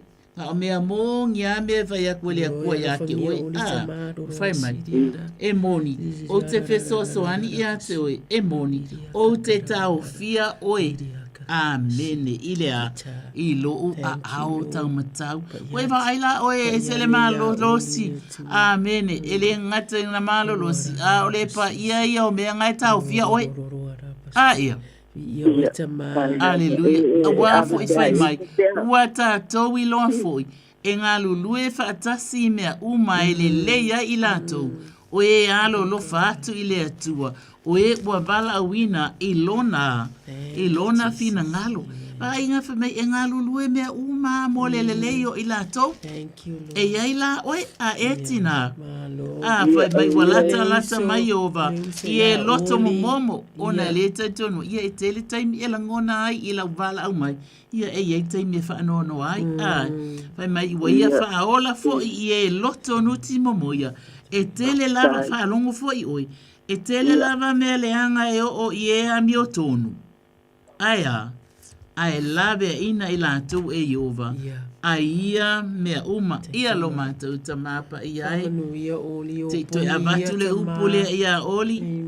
Fai mai, wa lata mai Iova Ie loto momomo, wa ia whaola fo ie loto nuti momoia, e tele lava meleanga, e o ie ami o tonu, ai lave ina i lato, e Yehova, ai ia mea uma, aleluia, awa o oe o Yehova i le pupu o a o te a apane, e te a apa atu, e te a apa ifo, aleluia, e te le tuina i lato oe wa matu oti, ia po i lato foi, wano fo to tasi.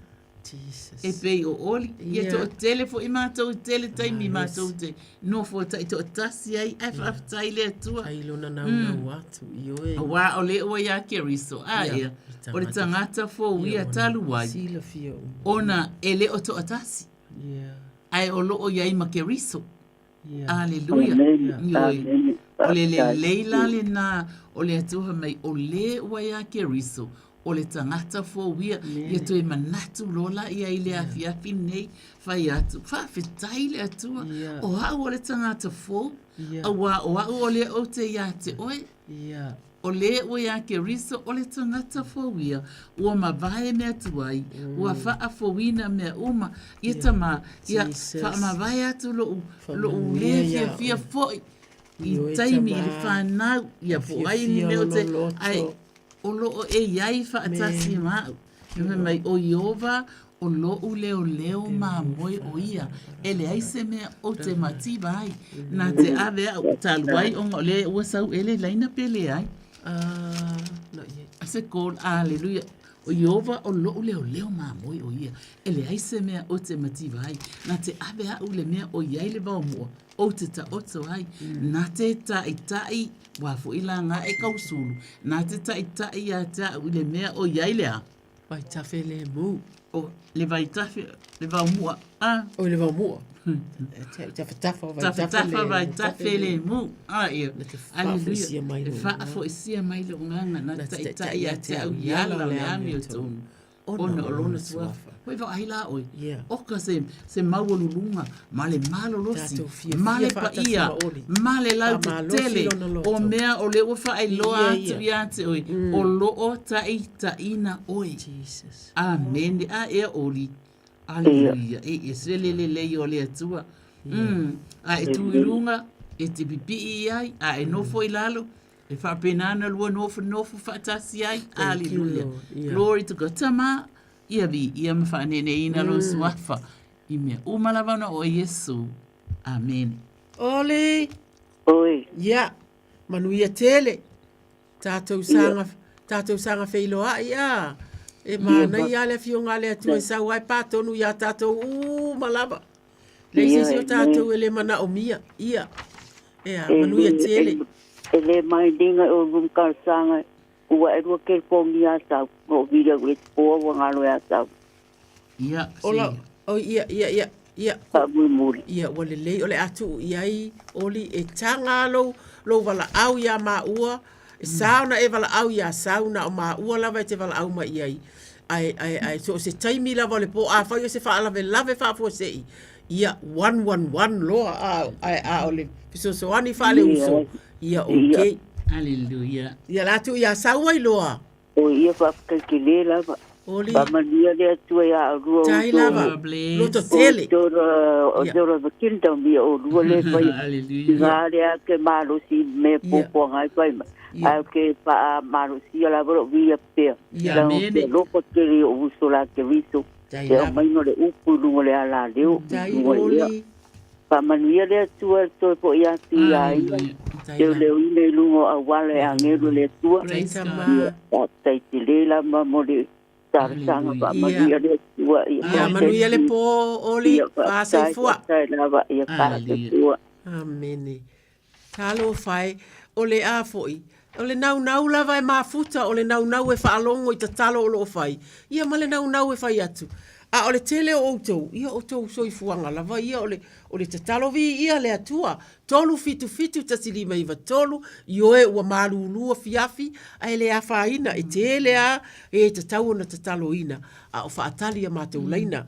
Tātou tatalo sanga le lau tatalo mo ti mench, oi, o umano o tatalo maa, tātou tatalo la mo tupulanga talavou, a whanau ia o onga, mea o loo whewa i ai ta mātou te si atu tupulanga Samoa uma le au talavou le atua teenagers ma le young adults ma e ua si atu i lunga o loo universite, kolisi, intermediate ma vaenga uma ta mātou te iloa le tāua le atuai o la mātou te talo e malu puipuia o lātou ola le atuai e le o toi whaingo fie le nei o langa i le o e se atu malima o mātua i mea e whaalongo ai i mea o lo o iai le atua o a onga fo i o lo o iai lātou e iai lava le taimi e sa wai iti a onga e le pa i tonu i le whaalongo mo le whaalongo le tamaititi le atuai mātou te talo i o lātou i loa tau ave i lātou i to tonu o whale a onga i o lātou i loa whaifesili e te tau wai o na malama atili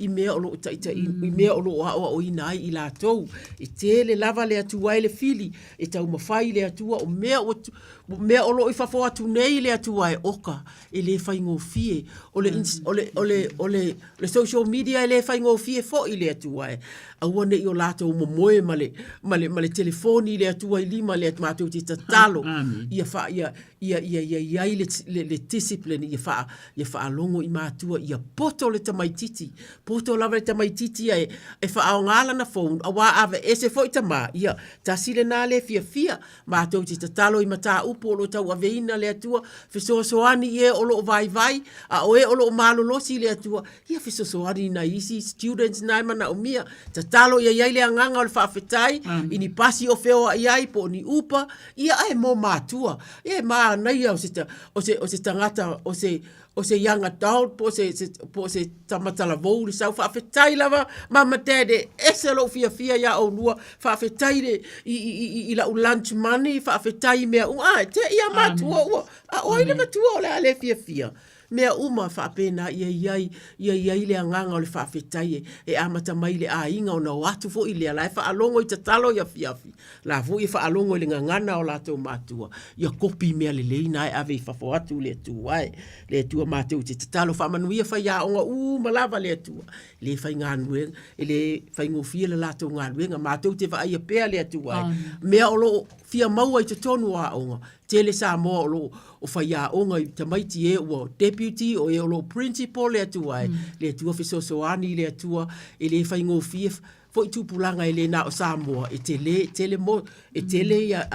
ethnicities o loa o ina ia watu le ono sa ina ia mātou whaia onga ia sili ai lo lātou alofa ma lo lātou mitai o mātou whanau i taimi o lo o iai tutono a onga le atuai ia mātou te tatalo fo i le atuai ia mo fo mai teini fo mai mau ngase lava tu sau pe yo mātou talinga le lava le atuai o le sosia po le au whai ngā luenga ai mātou te tatalo ia tatala le tō whā le atuai le taimi e tatawai i to tonu o le malo e va ai i e pua ngā tia va ai i whanau ia o onga tangata mātutua le atuai awane i ta wasola lātou wa ai pe a o atu i taimi nā le atuai e wa ai ei whaafetai mo e o lo advocate mo mātou tangata whaafetai me e o lo o iai o lātou tiute o lo o mau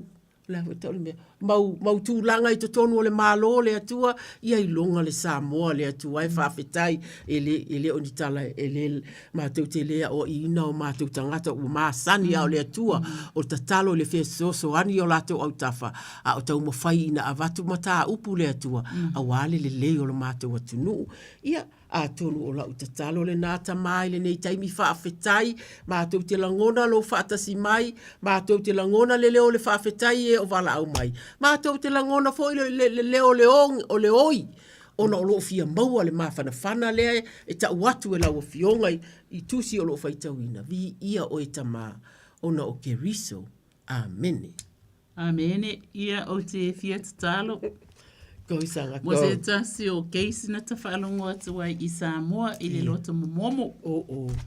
Amene. Se tasi fo i tamaitai ta whaalongo atu i tala lana whamasi nonga. Aleluia. Ia e whaimaitala tu spa ia. Walata mai e ova i e ua loto momomo. Ua whaaola fo i e ua loto nuti momoia. Ta whaalongo atu. Ia ai, e tu ina atu lava i le atua ina ia anga lele atu le atua i le malo o Samoa, whai mai. e tele mea leanga e o i le wami o tonu, ai lawe ina o ia e Yehova, na ia mea uma. E matautia fu ila te whaalongolongo ati e langona ina ale ngalue ai o le mana o le anganga pa ia i te tonu ia e maise o iai o se tasi ta maitai te tonu o ai o whaalongolongo mai le talo nei o nā tau te sila fia uma e whaafetai le atua. E sa oa wa fionga, whai mai e lata mai e ova, i e waloto momo, ta te langona ina le momo. O le loto ia e mai se foi, o le baba ai atu isi ona tina. Ai le ngata foi lea, o le fe avea i solo fa apea. Ai o le tangata le atua na fai. Ai fai mai ua faaola foi, ie ua loto nuti momoia. Talala tuspa ia, e tele mea leanga e o i le ua mi o tonu. Ai lawe ina o ia, e Yehova, ai ia mea uma. Ta te mana tua i fo ia le tala i le fine i le vai eli. Aleluia. Ai, o le anganga whaafitai pe ababa ai atu iai. Na le to e mal fa fine lea. Ai na alu lo mata la ia mea uma. Aleluia. To te le tangata o laina na mea o talwele mama. Ia ai talwai. Ia waso o le lalolangi nei mea. Ia whapena fo ile le tala i le fafine na i le vai eli. Ia waso o ai ale bota o mai tawina le tala le fine le vai eli. Ai, ese le nana i unga. Ia.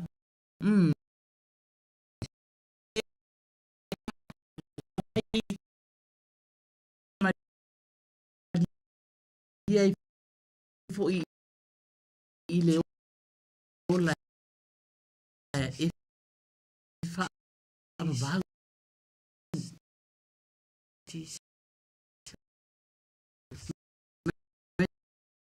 le fine ja mai lo ia ta ole na vai se yo win wai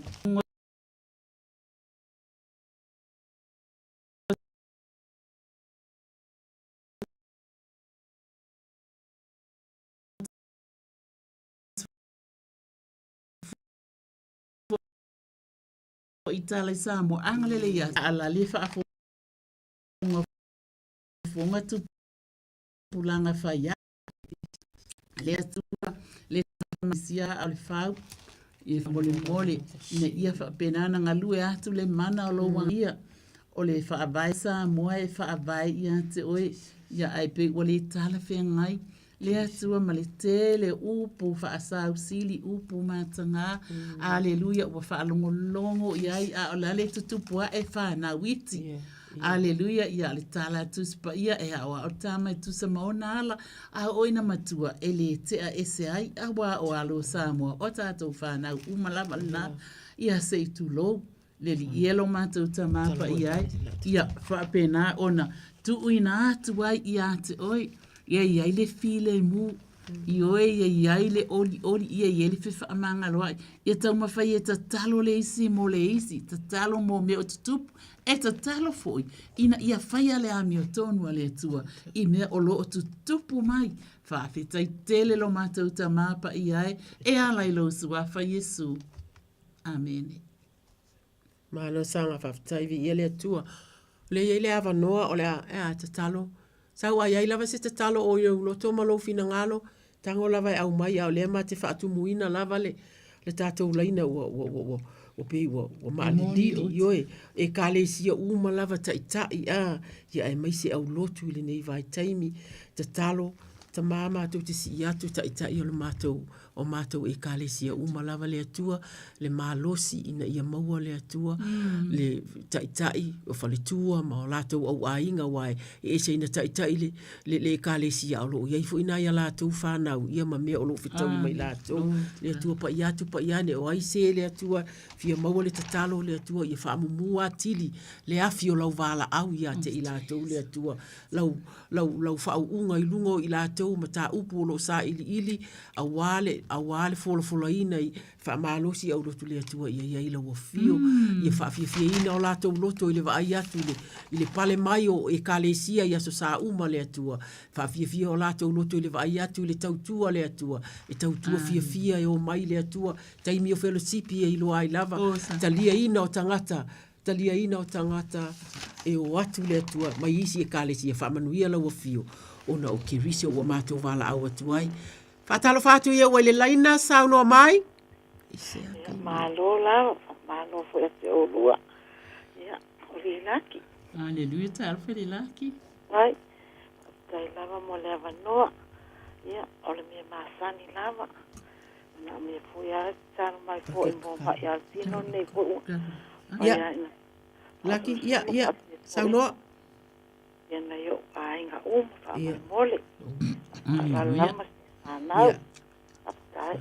malo le laki o le atatu tatalo i le atua ina ia faia se mea fou se mea fou o le winga o lautala e fou aso uma i le atua na ai te sila fia ai ma tatu tatalo o le au fa moi le atua e fisoso ani mai o oe o se tangata fi nau le atua i le ngata ina yo ainga a si au fa nau ma e te tatalo ai ova au no ma te tama o lo wa fa fine o le ilaki e fa apea lana tala o le mea maasani lava ta mātou te tatalo i le suwafa o ke riso i le ngangana o la mātou tatalo i le whaafetai le atua i mea ua maua i o mātou lima ngā luenga o lo mātou ngā lulue ai o le fia o lo i totonu o ainga o e o le opa iane o le opa iatu i taimi o whaingata ai mai se e le atua ai mātou te fia whaatasi le atua ia o ia mātou masau sanga mau ia o mātou i loa le atuai ia e whaia e te sila fia lava le atuai mea uma o lo i le loto le ilaki si ona a inga ia manuia le atuai o tino o tino le tangata le atuai i le whai mofie mātou te o uma lava ia i atu i le aso ma le aso le atua e mo i akungu le tangata i le tinga ai le atua mātou te tatalo ia i lava le atua whai mai o loa lofa tu noa whai mai ia paulo o loa lofa tu noa Roma lima e apo suru. O loa lofa tu noa ta mā e mawhai ai o na mātou whaia iei mea e mawhai o na mātou whaia ina ia fo ia o mātou whaafita au li taitasi o le grace mai lau a fio le atua e lea e mawhai ai o na mātou o atu lea ua mātou le lei ai ma lau a fio o na o ke riso o mātou a li ita mā ua mawhai ai o na mātou patia patā ma mātou fia i le alofa tu noa lea ta mā lea e whai mai e mātou te fia te le ai ia kerisi ano uma lea lae e whaapea paulo o le alofa e mawaile ono sai o le ono sai e mawaile a mio o le a mio e iai ma le wha moe ai whai mai e le wha maina i mātou wha mai paulo ai le wha maina i mātou i ia mea ona ua sa mai le alofa tu noa lea o ke riso ia i mātou o le anganga pa ia o lea i te tonu ia i mātou ta mā e le ngā o le laki e tele i mātou le atuai mia le atuai ia langona i le tangata le mawhana o lau fio taimi o le tangi atu ma le taimi fo i o le lelei ia iai lau fio le atuai ngā luenga whaamanuia ia matua i ai lava laki le atua i le aso ma le aso i le matau tia o lau ngā luenga pe i titi lava sina tamai mea a lai tangi mai lava o lea o te whaafafonga atu, o lea o te langona, o oe o lo ua whawhine, wala au mai.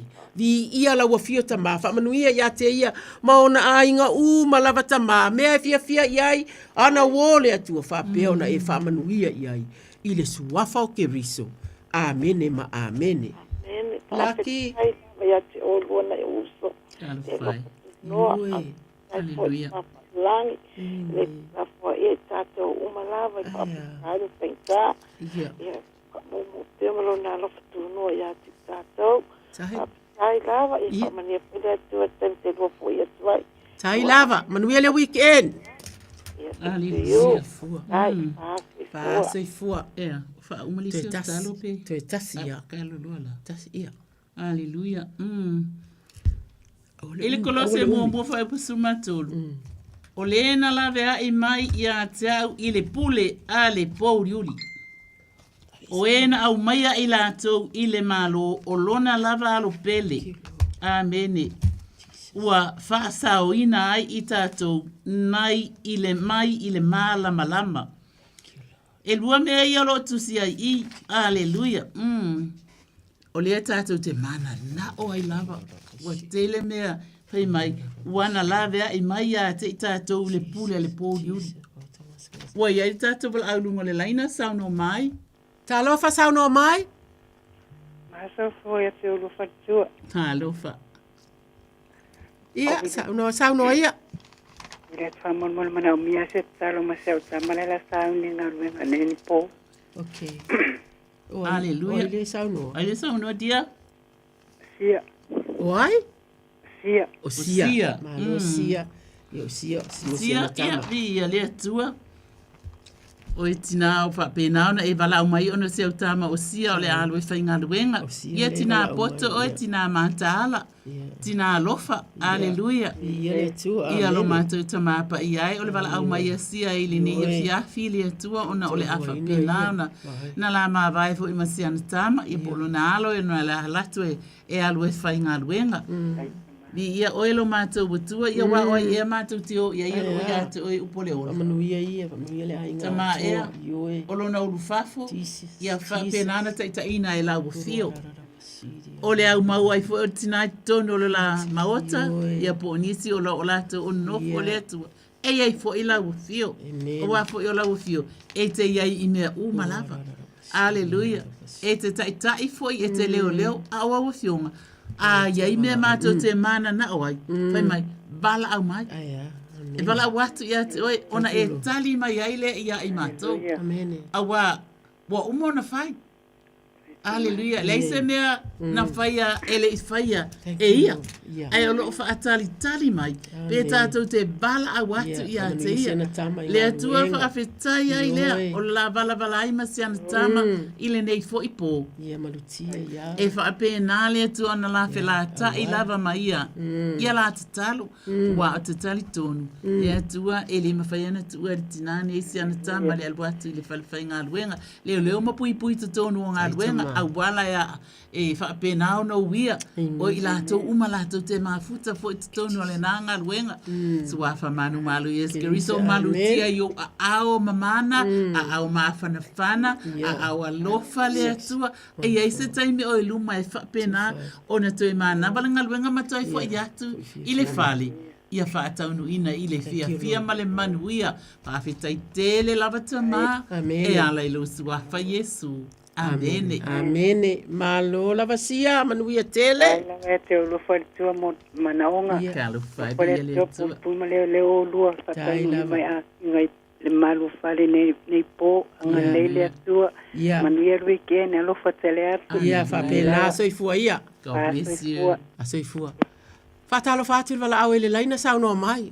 Oi, whawhekai. Oh! Long time no see. Feta la ia. Sauno ia. Ole au mali. Whawhekai a ke urua ki ngā. Wako kika ule mau a kua urua. Yo, ia le nganga i o whawhekai a mau mga onga sa waku karua i fo. Ia. Ia ole ua whasoro manguia e ui anga ele. A kua kore malo si ki ngā le ainga. Ia whape pui ngisi o le whangau. A ole akari e a liro i ua wha ke kere inga le ula vale mare. I kāwenka o kai a. Ole kere le spoili. Ia. A sfulfa. Ia. Alonga whangau rea. Oh, okay. Ia, mā koke. Whamungia fo e a ke urua. E mpainga wako la wha mai sengere mo mowha koe sau. Ia. Ia, si la fia fo e uru ki ngā man kako mawhukanga kalo. Ia, se kasi fo ki ngā sa wha pēr lawan kau la mual kau walau mai. Maual sosoangi. Ia, apa. Ia. Ia wha pēr fo i o ngā. Walau iei de kua le la rua vai aso karuai. Ia wha mai se de nganga o le kua le kamao le ainga. Ma le whangau. Bi ia ma vi ia o Yesu. Ia o le wha mai sengere ngei kula fiafi ngā renga o le kako au fonga kalo. Ia, oleluia. Ia a o mga onga lava. Ia. Ia o ngā kui ngā kupe i rea, vai kau male, vai kau. Aleluia. Wa, o lo o wha, ia o mga o ngā ku mau, o vai a, whare kongu. Kaimi o relei o kaimi whare relei fo. Ngā lama lolo. Ia, whapea fo ia, isi o le whangau. Ia Antonina, ia. Antonina. Maen. Ia, o. Maen. Ma ia al kingo. Ia o lo. Whiangai pe mwheau mga ruanga. Ia mai se o ko finge sa mo ia Juliana. Juliana i. Ia ma se o uso la kiki le o fonki wa i sa mo mal ko lu mal farau. Ia alo fangia le la ko ia i sa mo vala vala i la kingo. A fero i pe kalsanga. Ia ako fo na ma ko ai nga ko alava. Ia kalo mo i la ko ia mo pe se ma panga. A ma ko ia ngi la langi de ku maulo ma ko. Kalo le kui ngā kui a ke urua ki ngā alka ko fongu kalo ngai kula fiafi malo palo ala malo le au ia o le apostolo Paulo fai mai o ai se na te whaate e se ina mai tātou le lofo ke riso po le puapua ngā po le atua tuvale po le sawa po le onge po le lava lava po le pangatia po le pelu whapeo na tūsia ona o ia ua fasi o tia ai I mātou ia so uma ma whaatatauina I mātou e pei o mā moe whasia. Au a tātou manu māloa ia I nei mea uma lava. Ona o ia walofa mai a te I tātou. Ia o lea fionga lea tua a tautalai ia. O ana fionga lea. I lawa sesi na te whaase se ina. Ai tasi le mea olo o maua a tiri e lo umawhauwhau. O ai se na te whaate e se ina. Ia le au. Lili. Le roi. Le tina ia. Le tamaya urungia. O lo o iei taimi o whaanoanoanga I nei taimi o atonia o Anne o Juliana I Samoa ma a inga uma e tau ia I la ua le atua mātou te tau tala ia o fionga lea le mawhai ona e whaate e se ina mai I la tau e te whinangalo lava mātou te o atu te talo atu e te whinangalo lava mātou te tui atu le atua a wai te fia I te whalongo mai o mātou leo ona o mātou o lau whanau. Whamanuia le au malili le tului le malosi, le nei vai tau o le malulu, maua mea I o la lima tama, a wā I ne mawhana whanau a inga, ma le tau sia o whanau. Le sunga I aurungia ma le a inga tama pa I atu pa I ane le atua. Whaamaise le atua I le whaingofie. Ia whamanuia atu oe le atua. Le whanau e tūla I mai taimi nei o whaingata. E whaafia tama ma tala noa. Ia matoe mana tua I le na sa mātou whai mea whātasi. Ia, Antonia, ma Anne, Juliana I Samoa, ma ainga umata mā, ia mātou te tatalo ia e o atu I ai le atua, e ati atu le atua, e pei ona e māsani o leo wa tauina. Whamanuia le au malili ma le lātau tua I lo la ainga. Ona o ke riso o wala au atuai. Amene ma amene. Ua o tonu ale tātou laina.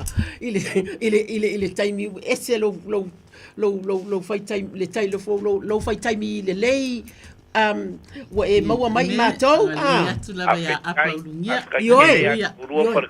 ia aka fa pe aka le maua al me si fa kai wo ka paia ia e mole kule nganga fa kai ku se fu ka sanga mo dia mo ngai ainga tai lava kalo ia ia ale uma fari ia wa ye de kual so fu la le wa ke uru ki ga o le maru a lo fa kingo pe uru ki ke mo uru faiwa ia ya ko fo ya ku ya inga lo fangie de kwa fa la pe o le ala ia fa fitai ngai fa ka mu inga ainga le mangu ya vi ia ma vi ia Yesu amen amen fa fitai le au manu ia tele so fu ia o lua so fu so fu ia samoae ia o tato o mai si ui o le polo kalame nei fa fitai fa malo malo lava ia ai o ile o matou o le atua o le au nanga ile atua o ia lava au mai le malosi fa pena ona tu fa atu ela ia tatu tatalo o salo me micho moile nei ia fa ni nei na perso fa yo vai iso se me o tatu fa ia ma o lunga lona vi inga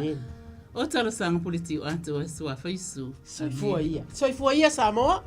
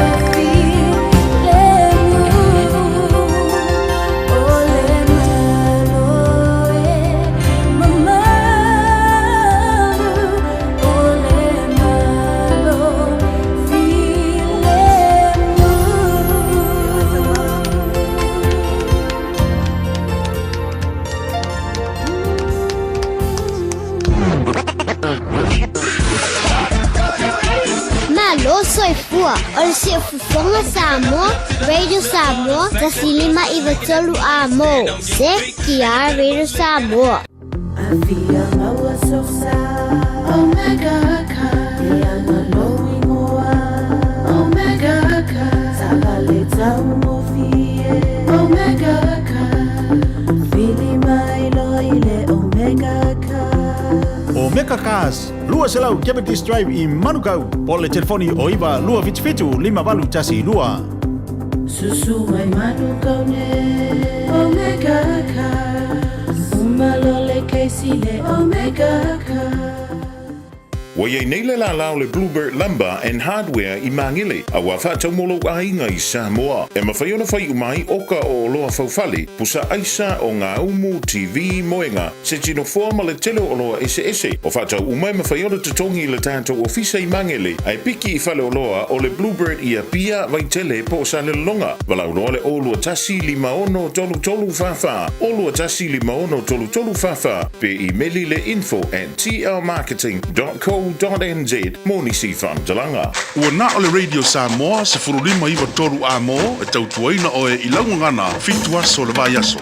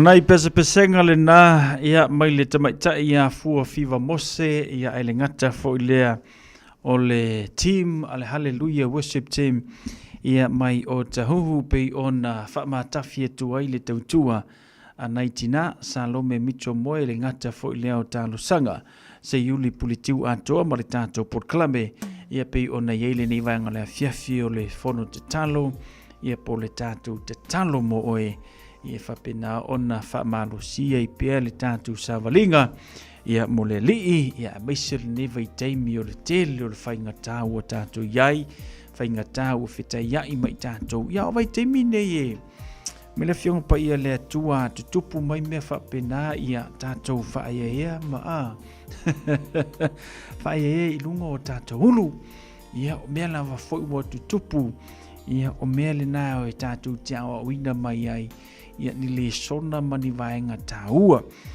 O le tātou Port Kalame le ni ia fiafi. O le tatalo e taua tele. Ia e whailu manatu mawalunga sa e tatalo mai fwoi mo le tātou Port Kalame. Ia le ngata fwoi le sa e tatalo fwoi mo nisio siu ainga. O lo mawai mai o le tino. Siu ainga o lo whewai hai. Ia I le tele o mea tutupu I tutono le loto I fale. Tatalo fwoi mo siau whanau. Ia manuia o lātou wa onga, le ngata fo I leo le te talo mo siau whanau, ia manuia o lātou o langa mamata tau I le atua.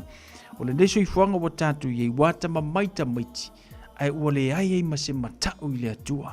Ioi, o le tūlanga le napi o na tātou iai, wa manatu fo I le le te do poa so wharai le masania na ofa umia le tātou Port Kalame. O le fono te talo le anga tasi le mea mana umia e tātou. O le tatalo. Po le alava le tele o mea tātou te mau ai a le tatalo le tangata. Te ilo o le a le aise fisosoani sili mo oe a mese o le tātou sa valinga pe o na iai. E sili tuai le umi o le tātou Port Kalame i tātou tatalo. Na ilo le umi o le tele o le la pisi le tātou te whaalongo longo I le nei taimi.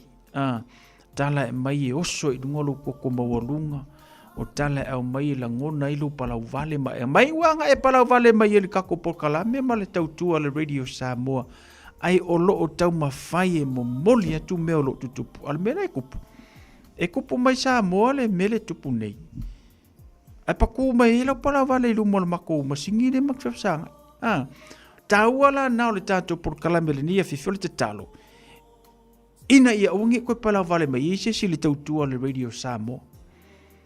Se fulu lima iwa tolu amo.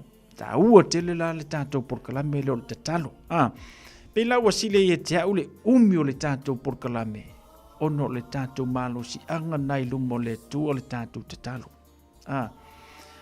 Ngai lo le umor koru I kula. Nga o whamasinonga ala e tupu. Na le palota. Whamasinonga.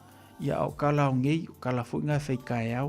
E aso ngā fua mai lava, same story, e kau le aso wharaile, same story. Ia ma ese iu langona mauma natu e tutupu. Ia ma whapei whairo ma whawhawa. Ki ngā ke le lo loko. Ia ngai palau vale mai lo le ia mātou o le au whingaruenga. Ai mātou te talia ma le whaaftai. Wa uma mea uma kala umai. O ka ngaka ngia ngā lulu ingi, o ka ngaka whaatua tua I le atua. Eo e. Ia whapera ke saungi ke palau vale mai sisi kaimi. Ia wa ufau tua ina oe. Tu anga te talo. Te talo a me sili na mataua. Eo e. E le avi fua me le tutupu le tātou atinu. E ka aki e se whaswhalawa I lunga o lau. O a me tutupu le tātou atinu. End of the day, e ke usu a oe ke whaingaruenga. E su el whanau e whawhanga ilo to o lua malau whanau. Ma kokongi ei ia le whale al pārangi lea ka ko ke ngofo ai. To tongi ei le vai, to tongi ei le mōli. Ea ma whai me tātou te mana na o ai. Tūlanga lale na te fia I te leile. Tūlanga leo le tātou fun te talo. A whapela sa te talo mai mamātou vi ia le tua. Ea ma wha tasi atu le tua mo o tu umalava. I le nei fui vaenga o le a fiafi. Pela le tūlanga na o le tātou porkalame le nei a fiafia ma le tautua le Radio Samoa. Whamanuia tele le tua ia tautou. Ia meise nei o tau au mo tau ngaluenga. Ia whamanuia foi le tua nei o tātou mātua. Meise nei a tātou whanau. Ai leina ia tātou whanau. Nei taimi ia ua wata mamaita maiti. Ia ma ua tele ai le whao songa e haa fia i lātou. Mea o le tatalo lava. Ia me kanga oe a puki mailo wa kali imalo wa whingi. Ia o le mea sili na mataua mo tātou. Whaafelo ia tu se uso ia weta. Siusta le mafuta mailunga o le tātou Porkalame. YouTube channel pa anga masani o le tātou Porkalame. Manuia mano longa le nia whewhiuso. Manuia foi whao mga luenga o whai unga le neiva yaso. Ia lo whantu mo oe masio ainga. Wapena foi Amelia Mikaele. Whaftai Amelia pa anga masani foi nei o tātou Porkalame. I le aso ma le aso tātou te ngā lulu ai. Whamanuia le atua i mano longa. Maise fe au mga luenga o le nei fo i vayaso ma le whai unga nei vayaso. Maria te ua mai me le pone ka lo whai alo whantu Maria. Ia mo oe ma le whanau whaaftaili whantasi mai e manatu na fo i manuia o tau. Sulia Beckman alo whantu whaaftaili whantasi mai. Ia le ngata fo i lea lani tavita alo whantu ma lor se fo manuia tira sa ene. Le lenga show of after fatasi mai Frida ia mai lato umalawa o maua mai le tatou Porkalame mala tutua a le Radio Samoa se fululima iva tolu a mola tatou tatou peseletas foi mai ona fa matafi lo le tatou Porkalame ia mala tutua le Radio Samoa se fululima iva tolu a mo muipu to manu alofa tu mo e malainga mai Hawaii faftaile fatasi mai manuia manolonga. Ia, manuia foi whea mga luenga o whea ngai ma oi ma siau ainga e le whai ungo le nia so wharaile.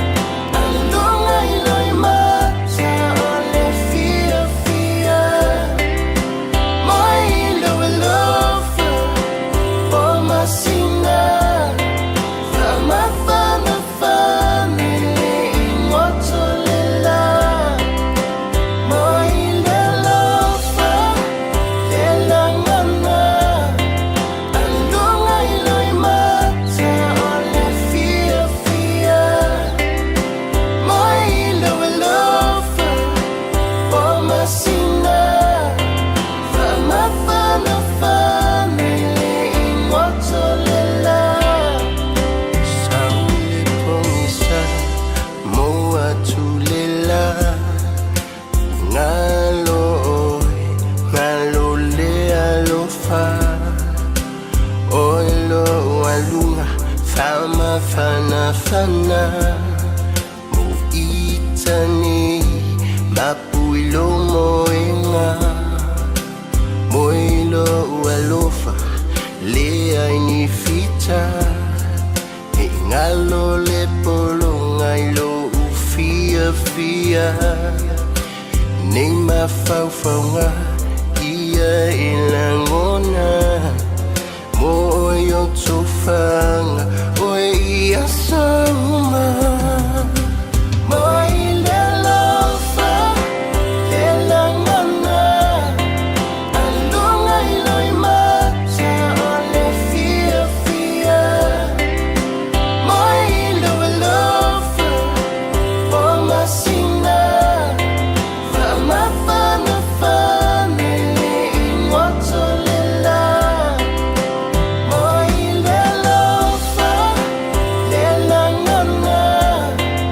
andunga iloi mata ole fia fia moi le lofa o masina fama fana fana le imoto le la tau mai pena fai una sola loa lofa ilangona ilofa tua iloa ina langona ilianganga ole atua mawalo filemu ai o pua punga awane ibai vai lene yolanga ole fili elam tau le petia ta fasi te mai o uma whawhaunga ale to i lalo manu malolo alofa mai le lofa le langana alunga iloi mata o le fia fia mai lo lofa o masina